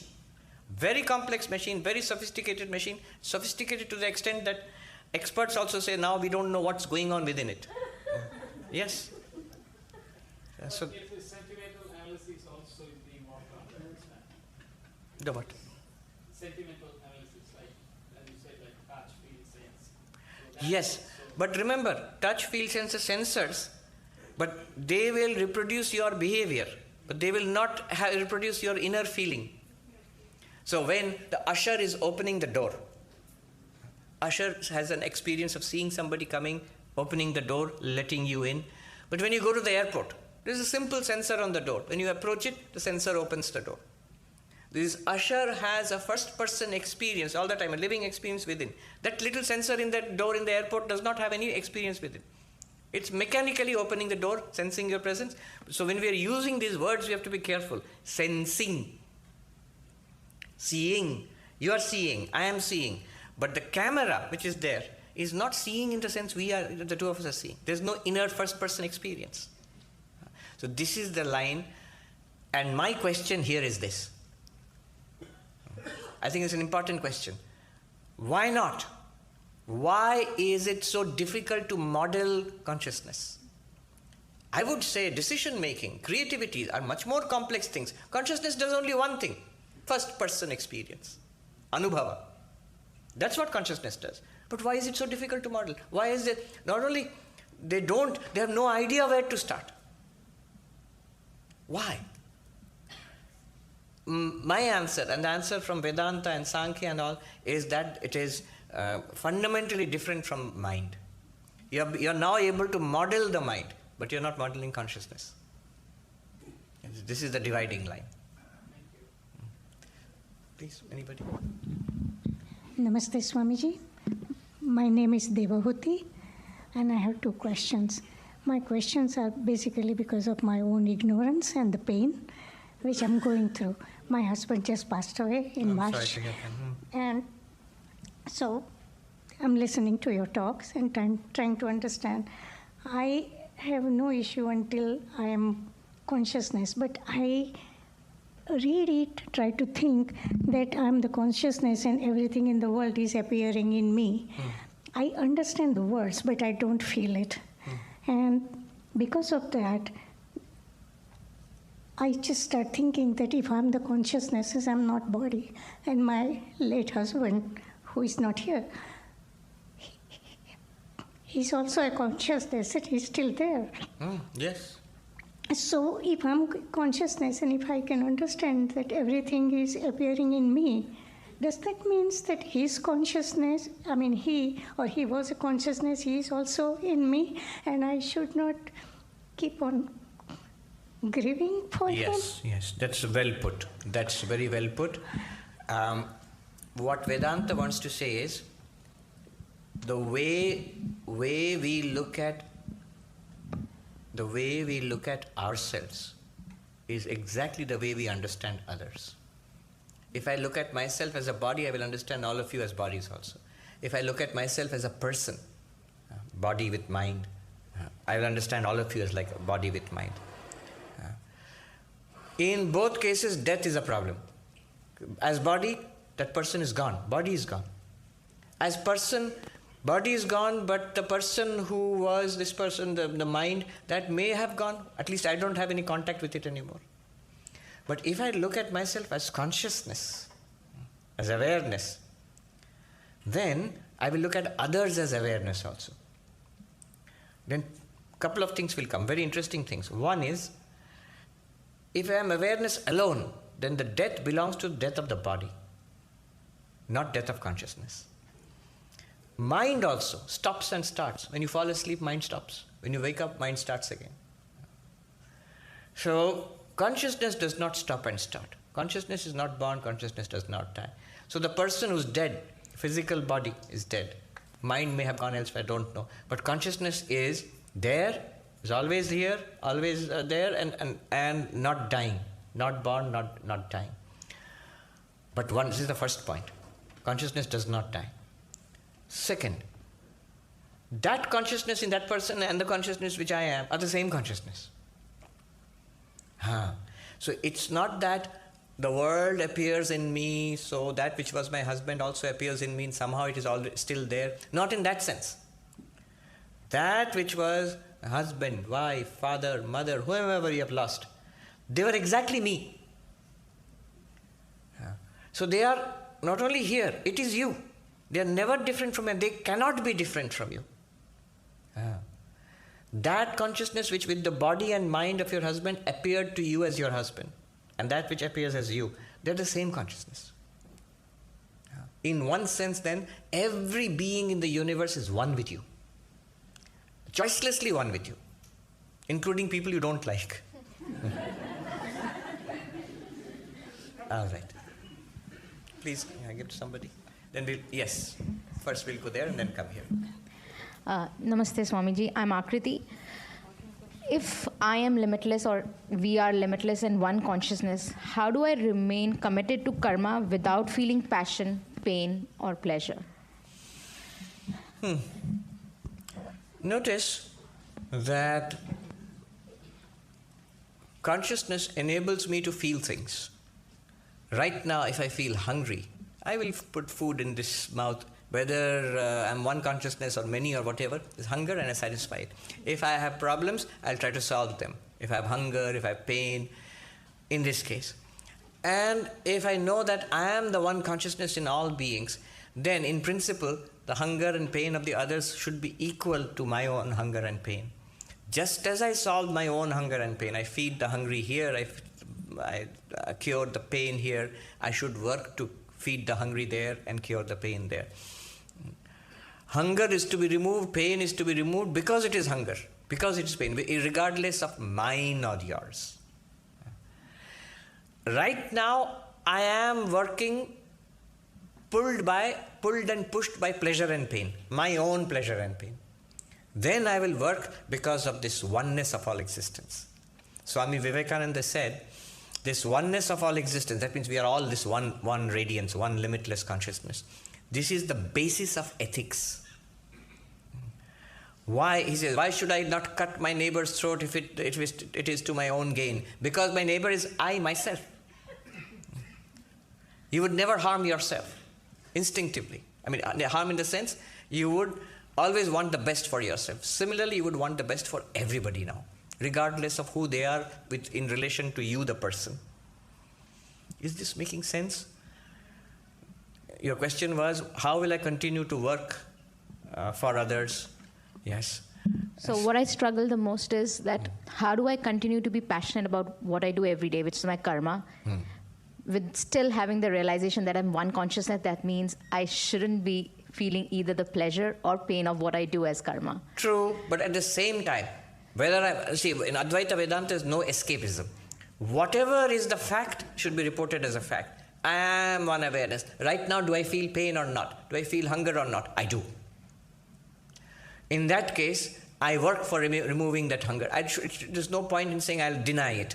As awareness, I know that I am beyond hunger and pain. But that awareness in this mind and body, in this personality, is vulnerable to hunger and pain.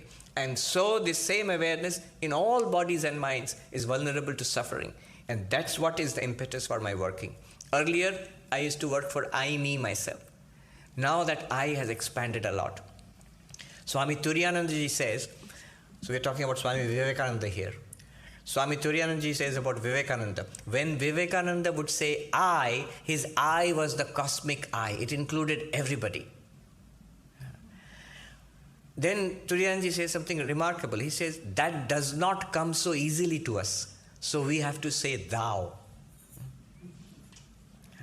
You are my Lord, and I bow down to you.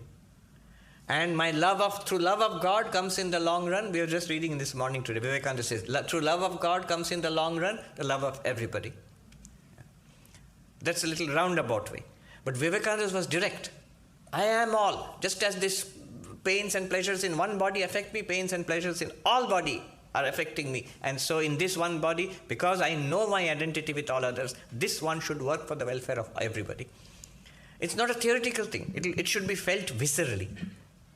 I feel the sufferings of others as my own suffering. And that way. Yes. Where is Namaste, Swamiji. I've been listening to your lectures online and really feel blessed to be here in person listening to you. My question is about death. And I understand that after death, the consciousness melts into the ocean of consciousness. That's my understanding. But why do consciousness then manifest back into a human body? Or what about consciousness in other living things? Is it the same as humans? And that's the question. You said at death, consciousness melts into the ocean of consciousness. And why does it manifest? It doesn't? It doesn't. Okay. It's like saying the wave arises. It's water only. Right. After the wave subsides, the water of the wave melts with everything else. No, it's just water. It was water earlier. When it's a wave, it's water. When the wave subsides, it's still water. From you, nothing happens to the consciousness. You are aware. That awareness, that consciousness, you are this limitless awareness in which this body, mind, personality arose and disappeared again after some time. You are fine. Or consider the dream example. Is it that the consciousness, became attached to the person in the dream and then went through lots of sufferings and nightmares and all? Now, time to wake up, I will melt back into my waking state. That's what it looks like, but it doesn't. You are always the dreamer. You projected yourself. Actually, nothing in the dream actually ever happened. It's a dream. That's why we call it a dream. When we wake up, we just realize I was lying here in the bed and imagination was going on in the mind. So consciousness always remains as consciousness. And the second part of your question was, what about consciousness in other living beings? Well, what about them? They are the same consciousness. Just the hardware is different. We have a human hardware here and little human software here in the mind. Both the hardware and software are changed when you go into an animal body. Of course, the Jivatman continues there. So it's like the same data, same operating system now transferred to a hardware which is less capable. So many of your apps will not work there. You can't do, the Vedanta app will not work. The holding a job in Hollywood will not work. I'm just a puppy. So it's fine. Some apps will work. The puppy app will work there. But consciousness is exactly the same. Awareness is exactly the same there. Why do we manifest into? Well, there's different things. Well, there are many questions, many possible answers to this. I love this question because it's like one of the ultimate questions. So why at all anything? You are pure consciousness. Why at all this universe? Why at all? Why does Brahman become this universe? Why does the one become the many? If you are limitless awareness, why anything at all? But let me give you an answer which I have not found in any books, which appeals to me. And somehow I stumbled on this answer. It is, what alternatives does consciousness have? What alternatives does Atman or Brahman have? It could either manifest as something or as nothing. Right? You're asking, why does it manifest in these ways?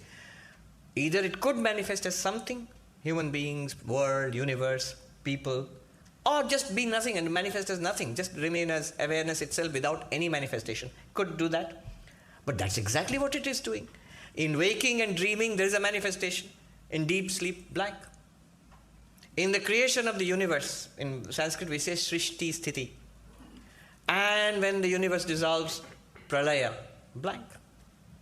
So both alternatives, consciousness is doing both. Suppose consciousness did not do anything, no manifestation, just remained a waveless ocean. Then we would arguably complain, what a useless consciousness. Couldn't it do anything? When it does something, oh my God, so much trouble. Why is it doing all this? Stop. And the consciousness says, okay, stop, fall asleep, it'll stop. But consciousness as such is fine. Yeah. Thank you, Swamiji, for your talk. My name is Akash. I'm a college student. I have two questions. One is my original question, and another is a follow-up from a previous question. So I'll start with that. You talked about how artificial intelligence and stuff is not conscious because it lacks this innate consciousness, kind of. But we do see that it does have similar decision-making processes and similar kind of the neural network work in a very similar way to at least what we know about how our brain works. So how, I guess this is kind of touching simulation theory, but how can we even make the claim that consciousness does not exist? Well, let me start with that. How can we make the claim that consciousness does not exist in artificial intelligence, the systems? Well, let me ask you this way. Yeah, let him ask the follow-up. That's all right. Let him ask the follow-up. Let me ask you that it takes decisions. It drives cars. It composes poems. It composes modern art, whatnot. All of those capacities have been programmed into it. You have worked really hard.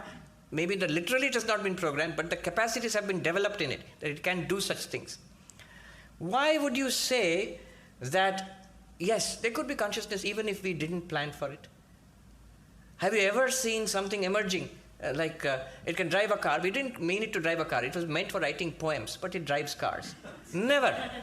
You have to put enormous amounts of hard work into it. Millions of dollars, if I'm not wrong, hundreds of millions of dollars are spent in training the AI. I met a gentleman who works for Microsoft, I think Gemini in Google. So they are the team. You're saying a big team with PhDs and so on. All they're doing day in and day out is making that Gemini AI smarter and smarter. Now, if you say that, no, we didn't do all that. We just wanted it to write, Microsoft Word, write a letter. But now it can do all of that because it just emerged. No, it doesn't. So you put in so much effort and money to give all these capacities. How, isn't it weird to say it could just be there? No, we didn't program it to be conscious. We don't have no idea how to make it consciousness, how to give it consciousness, but it just has consciousness. How would you think it's probable? Unlikely. But don't our experiences also kind of program us to make the decisions in the way that we make them and to kind of gain new experiences and gain new ways of doing things? What does that have to do with consciousness? As you have yourself demonstrated in AI, completely unconscious and still can take decisions. Completely unconscious, still can write poems. In fact, one thing one must be aware is these AI systems are not like us. They are producing results like us, but they are very, very unlike the way our minds function.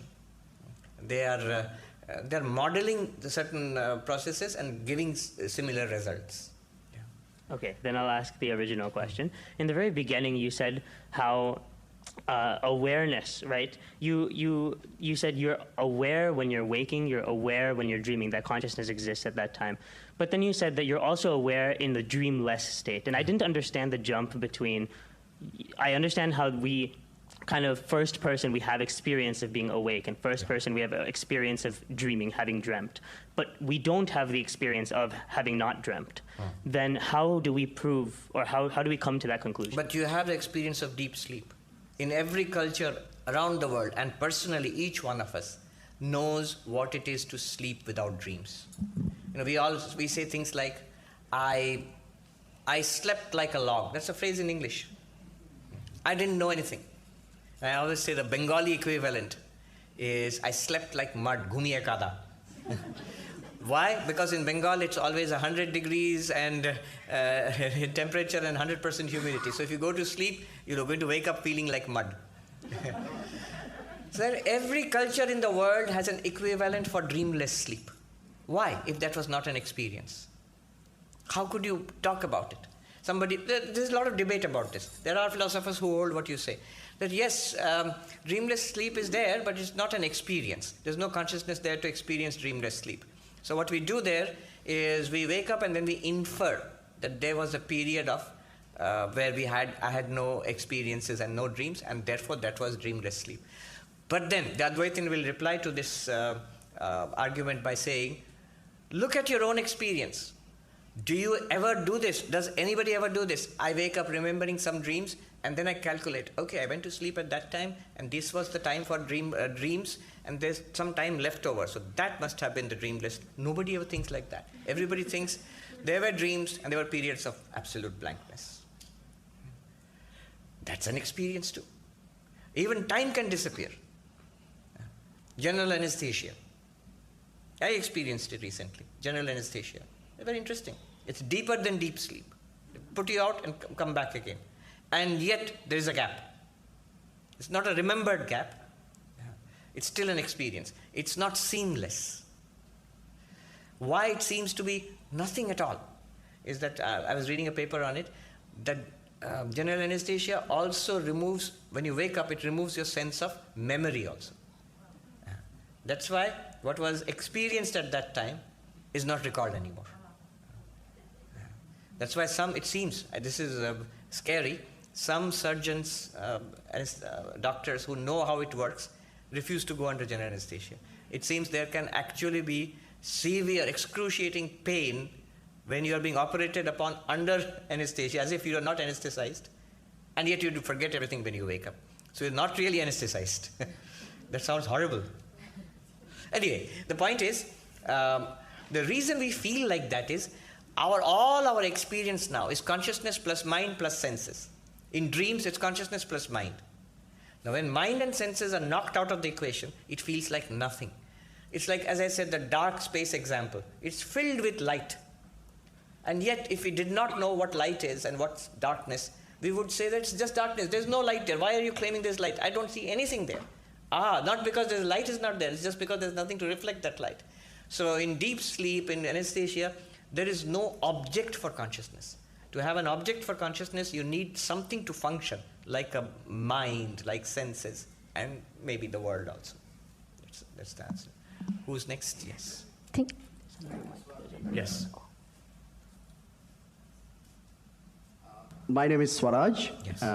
আমার প্রশ্নটা হচ্ছে যে how this awareness or consciousness can be related to or associated with bhakti or devotion. So Swamiji, different people think of God in different ways. Some people think of it as... Okay, I'll just answer the first question. I mean, this is good enough, it's precise enough. How are we doing for time? We have got, what, 5 minutes? 10 minutes more. 10 minutes more, okay. The answer is, remember the verse which we did today? Namah Shantaya Tejase. And the two meanings of Namah. Namah means bowing down. Bowing down is always I to something else. I to God. You can treat that consciousness as another, though it's you, but you can treat it as another. How do you do that? Well, just remain as you. Your name is Swaraj. I am this person, Swaraj. Yes, I understand all your consciousness stuff. I am consciousness plus this mind personality. I am just Swaraj. In that case, this limitless consciousness in which the whole universe appears is now something is awesome to me, is the fabric of reality for me, and I'm very happy to bow down to it. It is God to me. That's the definition of God in Vedanta. So, if you retain your individuality and conceive of this consciousness, it will feel like an other. This is exactly what Turiyanandaji said. He said, when Swami Vivekananda said I, it was a cosmic I, the I of everybody, that one consciousness, I am that. But it does not come easily to us. So we have to say, thou my Lord. He says, tuhu, tuhu. And he says, Sri Ramakrishna would teach us that. Because it does not come so easily for us to say that I am everything. And he says, for Vivekananda, he says, Turiyanji says, Ita tar pradhan bhav. For Vivekananda, the default position, let us say, the default position was I am Brahman. For us, our default position is I am this guy, this person. I can push myself into the I am Brahman mode with lots of YouTube lectures and thinking and little meditation guided and all of that, and sort of get it, but it's not natural to me. So it's natural to me to regard that ultimate reality as God. So what is our object of devotion is the same pure consciousness. With a name and a form, it is Krishna for us, or Rama, or Ramakrishna for us, or God of religion. Thank you, Swamiji. Where are you? My name is Shri, here. Yes. Yeah, thank you so much. I have a kindergartner or first grader question. Those are sometimes the most difficult. We are talking about big words and awareness and consciousness and all. I just want to know, if I want to find myself, my awareness, how do I start? Like, of course, we say do meditation, like Jainism says, do a parigraha and all those things. Where do I start from to really find why I'm here, or what I am, or where I want to go? You're asking many things. You're asking to find my awareness, to find why I'm here, or what am I going to do. I want to know only, not even why I'm here. I want to find my awareness. You want to find that's a good question. I want to find your awareness. That's just like, what I said, being at home and trying to find my way home. The answer to that is, in one word, listen.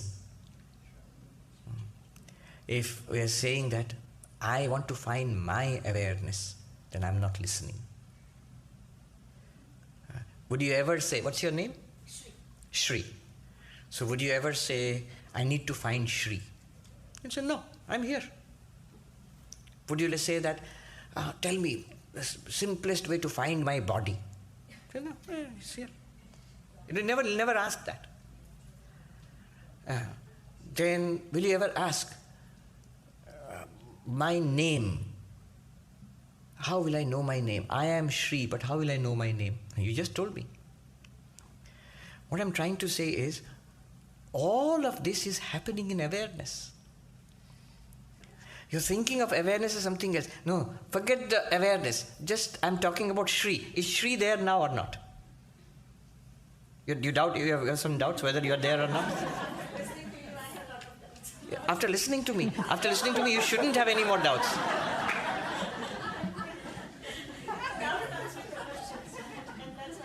No, the way to do it is to continuously attend to our experiences. Are you there or not? Forget awareness. Forget the word awareness. Are you there right now or not? I honestly question, more than whether I'm here or not, what is the next, what is the step, how we find the higher power? How do we find... What is power? What is higher? What is the lower power? No. It's something that you want to ask. You must refine the question.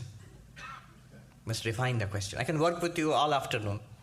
I'm sure at one point you will get a precise question. Because there is something that you want to ask. My answer to your question is listen. If that doesn't work, do 10,000 japa daily. No, really. At the end of a week or 2 weeks, again listen. If that doesn't work, make this mala, pushpa mala, flower garlands for the deity in any temple. Give. Daily we work at it. Offer, cook and offer food to the deity. Something physically. Then sit and quietly repeat. Focus on the japa mantra. 1,000 times, 10,000 times. Then listen again. The truth is very simple, too simple. That's why we're missing it. I'm giving you the answers to your question. What should I do? Karma, upasana, jnana. Action, spiritualized action, meditation, and then come to this. You know what this is called? What we have been doing, Upanishads, Vedanta, another name for is Shruti Shikhara, the mountain top of the Vedas. This is the final point. One master said, you know what it's like, what you are talking about? It's like this. Somebody tells you that there is a diamond needle on top of that mountain. Go find it. Go find it. To find it, you need these instructions. You have to go up on the western side of the mountain, go up about halfway, there is a huge boulder. Can you see? Yeah, I can see. It looks like a pebble. You've got to go up there. Near that boulder, there is the one last tree, which is surviving on that high altitude. Then go to the tree. In front of that, you will find a big root grabbing onto the ledge. See where the root disappears into the soil. At that point, you will find a few small pebbles. Remove those pebbles. Inside that, you will find a diamond pin. You see the diamond pin. Until that point, climbing the west side of the mountain, that rock, that the tree, then the root, then those pebbles, and then there will be a diamond pin. And then when you finally see the diamond pin, that's what we are talking about now. But the rest of it, if I'm standing at the bottom of the mountain, I need all the rest of the instructions, which is karma, which is upasana, all of these other things, meditation, work, all of these things are necessary. Otherwise, it'll seem very theoretical. It isn't theoretical, but it'll seem very theoretical. To those who get it, it's the most obvious of all facts. It's just all the time. It's the only fact there is. It's the one fact upon which all other facts depend. Then next. Swamiji, my name is Shyam. So I have a question on the dark space example. So you mentioned that, to our limited senses, the universe is mostly darkness, and it takes an object like a comet to reflect that light. So if I shift that analogy to the Atman or the self, it's beyond our limited senses to comprehend our inner light, right? Oh. So do we need an object or a mirror to reflect that inner light? Yes, that's a good question. And it's a good question because I've had the answers. That's why it's a good question. There's one of the oldest and most prestigious journals in philosophy is called Mind. It's published by Cambridge, I think, the philosophy department, Cambridge or Oxford. It's pretty old, more than 150 or 200 years old. So once, in one of the articles, they had a very humorous section on ways to handle difficult questions. Philosophers. So when students ask questions to the professor, so there were, I think, 10 ways or something. One way was, if there's a difficult question you don't know, so what you say is, good question, but to understand that, first we must understand this question. And then you ask a question which you know the answer to, and spend all the time answering that question, then move on to the next question. Or there was like,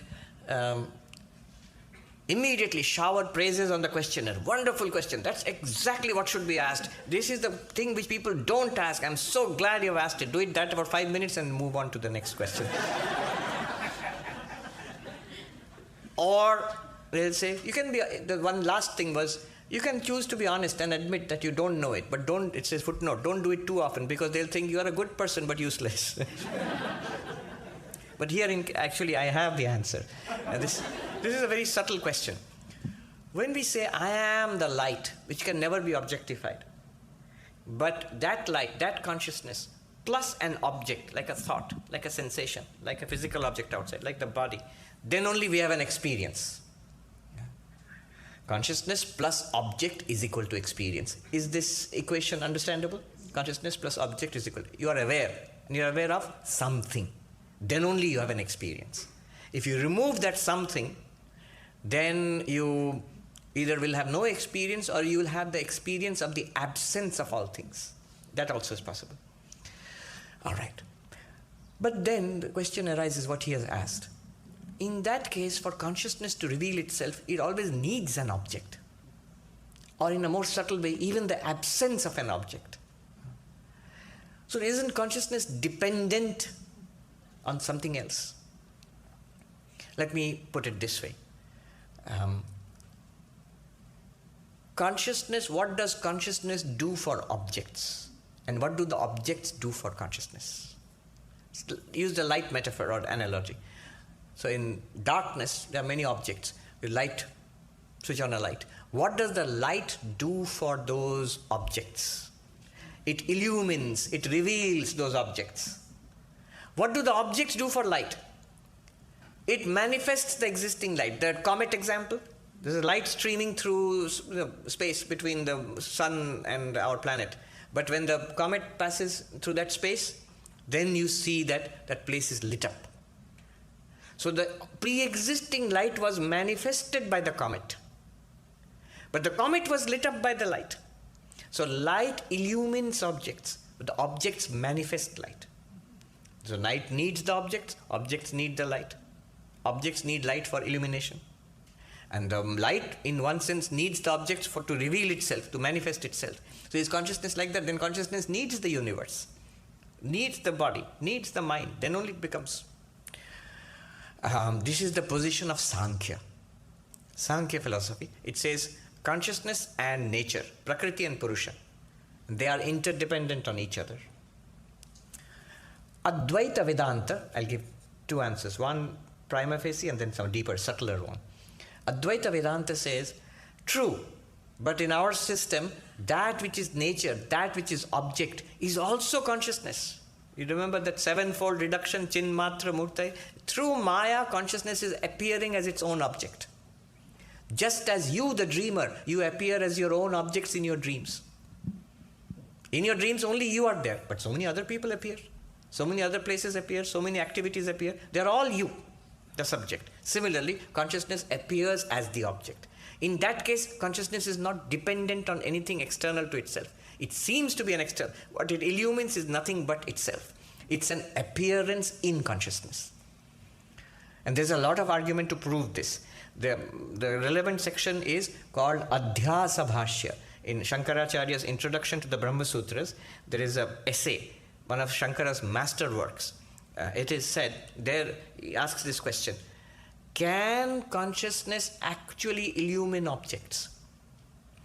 If objects are entirely different from consciousness, how would they interact? The light example does not hold. Light is material. These objects are material, and light can be reflected from these objects. It's matter interacting with matter. But if consciousness is not matter, then how does it even experience matter? Where will they interact? Where will they meet? It's like the same problem of mind-body dualism in Descartesian philosophy of mind. How will two entirely different things interact? So the answer is they cannot. And yet if they seem to interact, because it seems I'm consciousness and I'm interacting with body, mind and world. It seems I'm interacting. I'm aware of the mind, I'm aware of the body, I'm aware of the senses, I'm interacting with the world. If consciousness seems to be interacting with the world, then that interaction is a case of superimposition, falsity. They are actually not two. There is actually only one thing. And the other thing is that same one thing appearing to be different from itself. So, Advaita Vedanta claims when consciousness and matter seem to interact, it's actually consciousness which is there and matter is an appearance in that consciousness, very much like a dream. In your dream, you say, I am there, but there are people and rocks and mountains and rivers and sky and other people. How can mind interact with rocks and mountains and sky in a dream? The answer is, there are really no rocks and skies and people and other, things in the dream. Only mind is there. But it appears like that and then seems to inhabit a world. Similarly, consciousness appears as its own object, and then there is no problem in principle because it's also consciousness, this world. A Chinmatra Murti, consciousness only, even if it appears to be non-conscious. Okay, this is one answer. It's a mainstream answer. But there's a subtler answer, and this I'm taking from a master who lived in Kerala in the 1940s, 50s, Atmananda Krishna Menon. At one point he says, those who think that consciousness depends upon the object for its manifestation have not understood the nature of consciousness. This is a very subtle point. It requires deep non-dual meditation to appreciate consciousness is full in itself. Even without the so-called object, it's still clear to itself. Not that it is illumining itself. There's no other language to explain it. Sri Ramakrishna's words are there. Bodhe bodhkara. There is, language breaks down. But it's clear to the enlightened one that you actually don't need objects, whether real objects or even projected objects, objects projected by Maya. Consciousness is ever clear to itself. Yeah. On that mysterious note, we should wrap it up. Thank you. Thank you. Thank you, Maharaj. Yes. And thank all of you for coming. We have lunch for everyone. Please join us for lunch. And if you want to hear Swami Sarvapriyananda some more, you're in luck. He'll be speaking here Tuesday, Wednesday, and Thursday at 7:30 p.m. And it's a series of classes, obviously. The titles of the topics are Infinity, Realizing Infinity, and Infinite Bliss. So I expect we'll probably be seeing many of you. Infinite people. Tuesday, Wednesday, Thursday. All right, Jai Ma.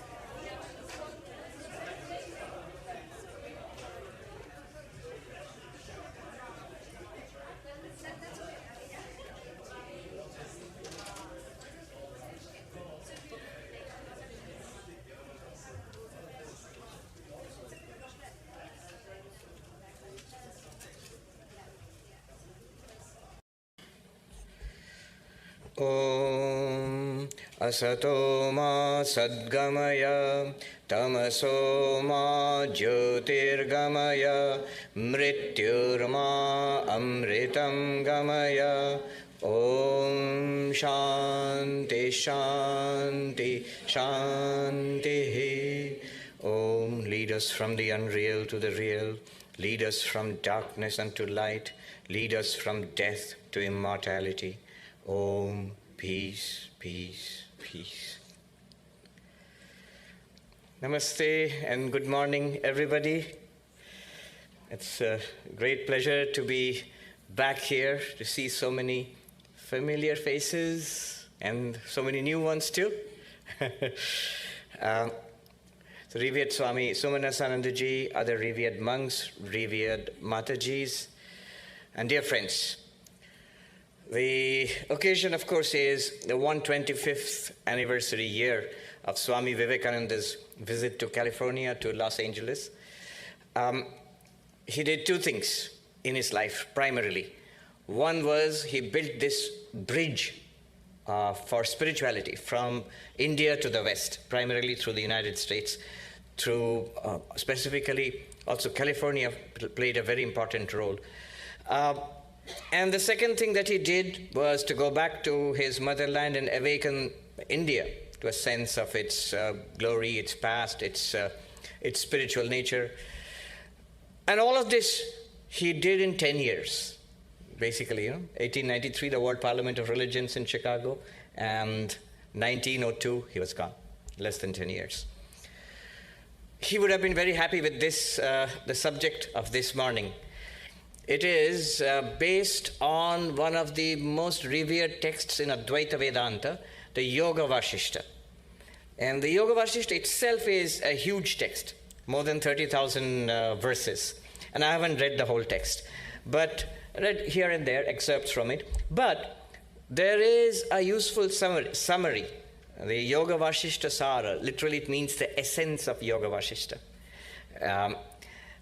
The way I was introduced to it was more than 20 years ago.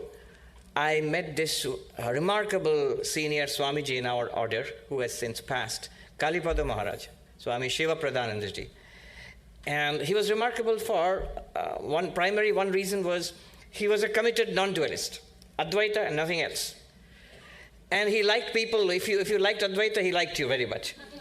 And if he did like you, he would give you a book. And the book was the essence of Yoga Vashishta, Yoga Vashishta Sara, the essence of Yoga Vashishta. And this book is, it's a compilation, a selection from the 30,000 odd verses of the big, huge original text into 10 chapters, about 220 or 230 odd verses, in Sanskrit, of course, the original verses, but also translated with extensive notes by another senior monk of our order, Swami Dhireshanandaji, into Bengali. So what Swami Dhireshanji did was, he took this essence of Yoga Vashishta and translated it into Bengali and added copious notes, extensive notes, a lot of mine of information on non-duality, on Advaita Vedanta. It's a very useful manual. So this Swami, Swami Shiva Pradhanandaji, Kalipada Maharaj, he would, if he liked you, he would present you with a copy of that book, and to sort of brainwash you into non-duality.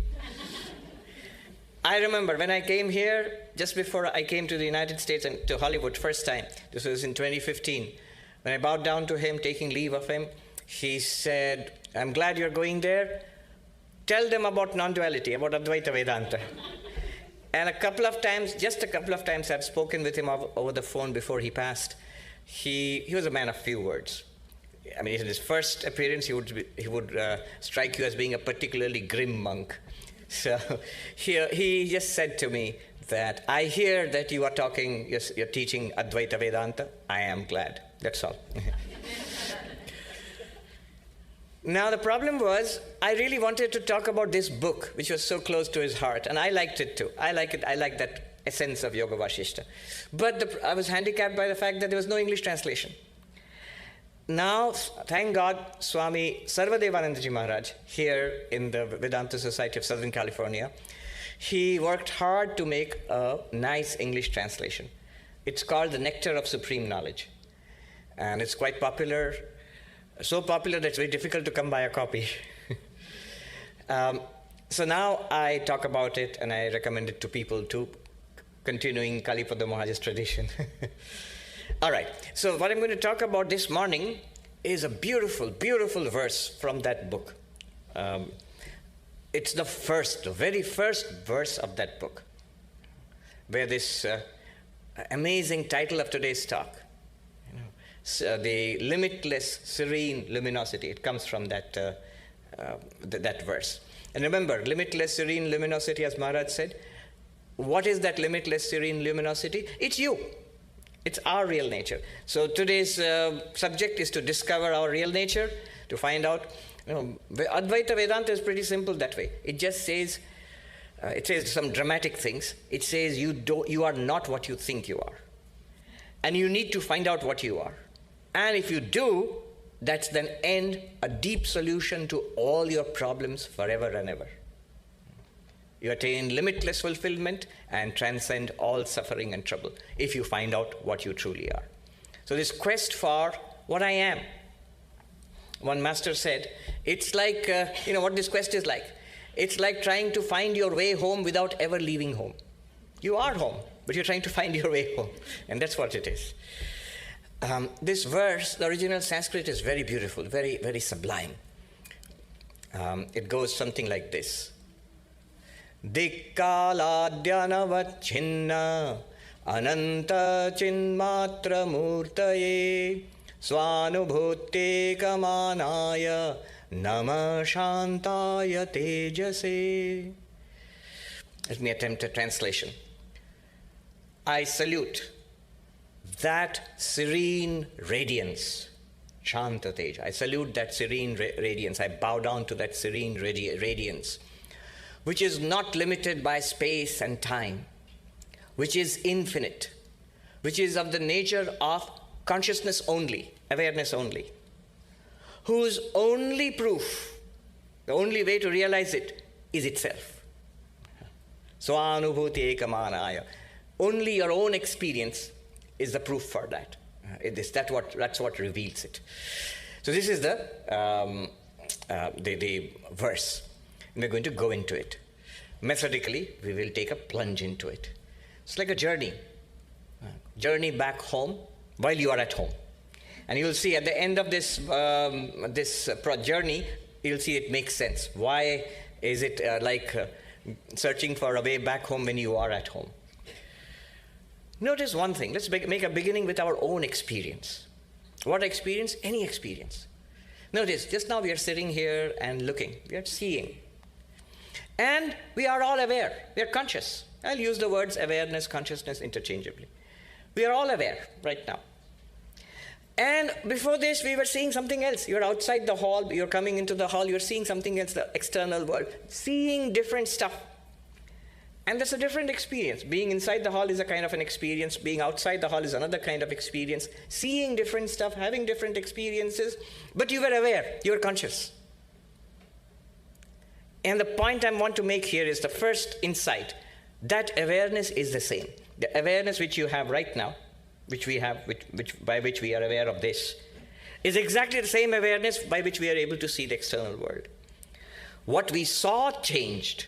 The nature of our experience changed. But the claim I am making is that awareness did not change. It seems it changed, but what change actually is, the contents of awareness, the contents of consciousness changed. But not consciousness itself, not awareness itself. Think of it as this light. It shines, revealing whatever is here right now.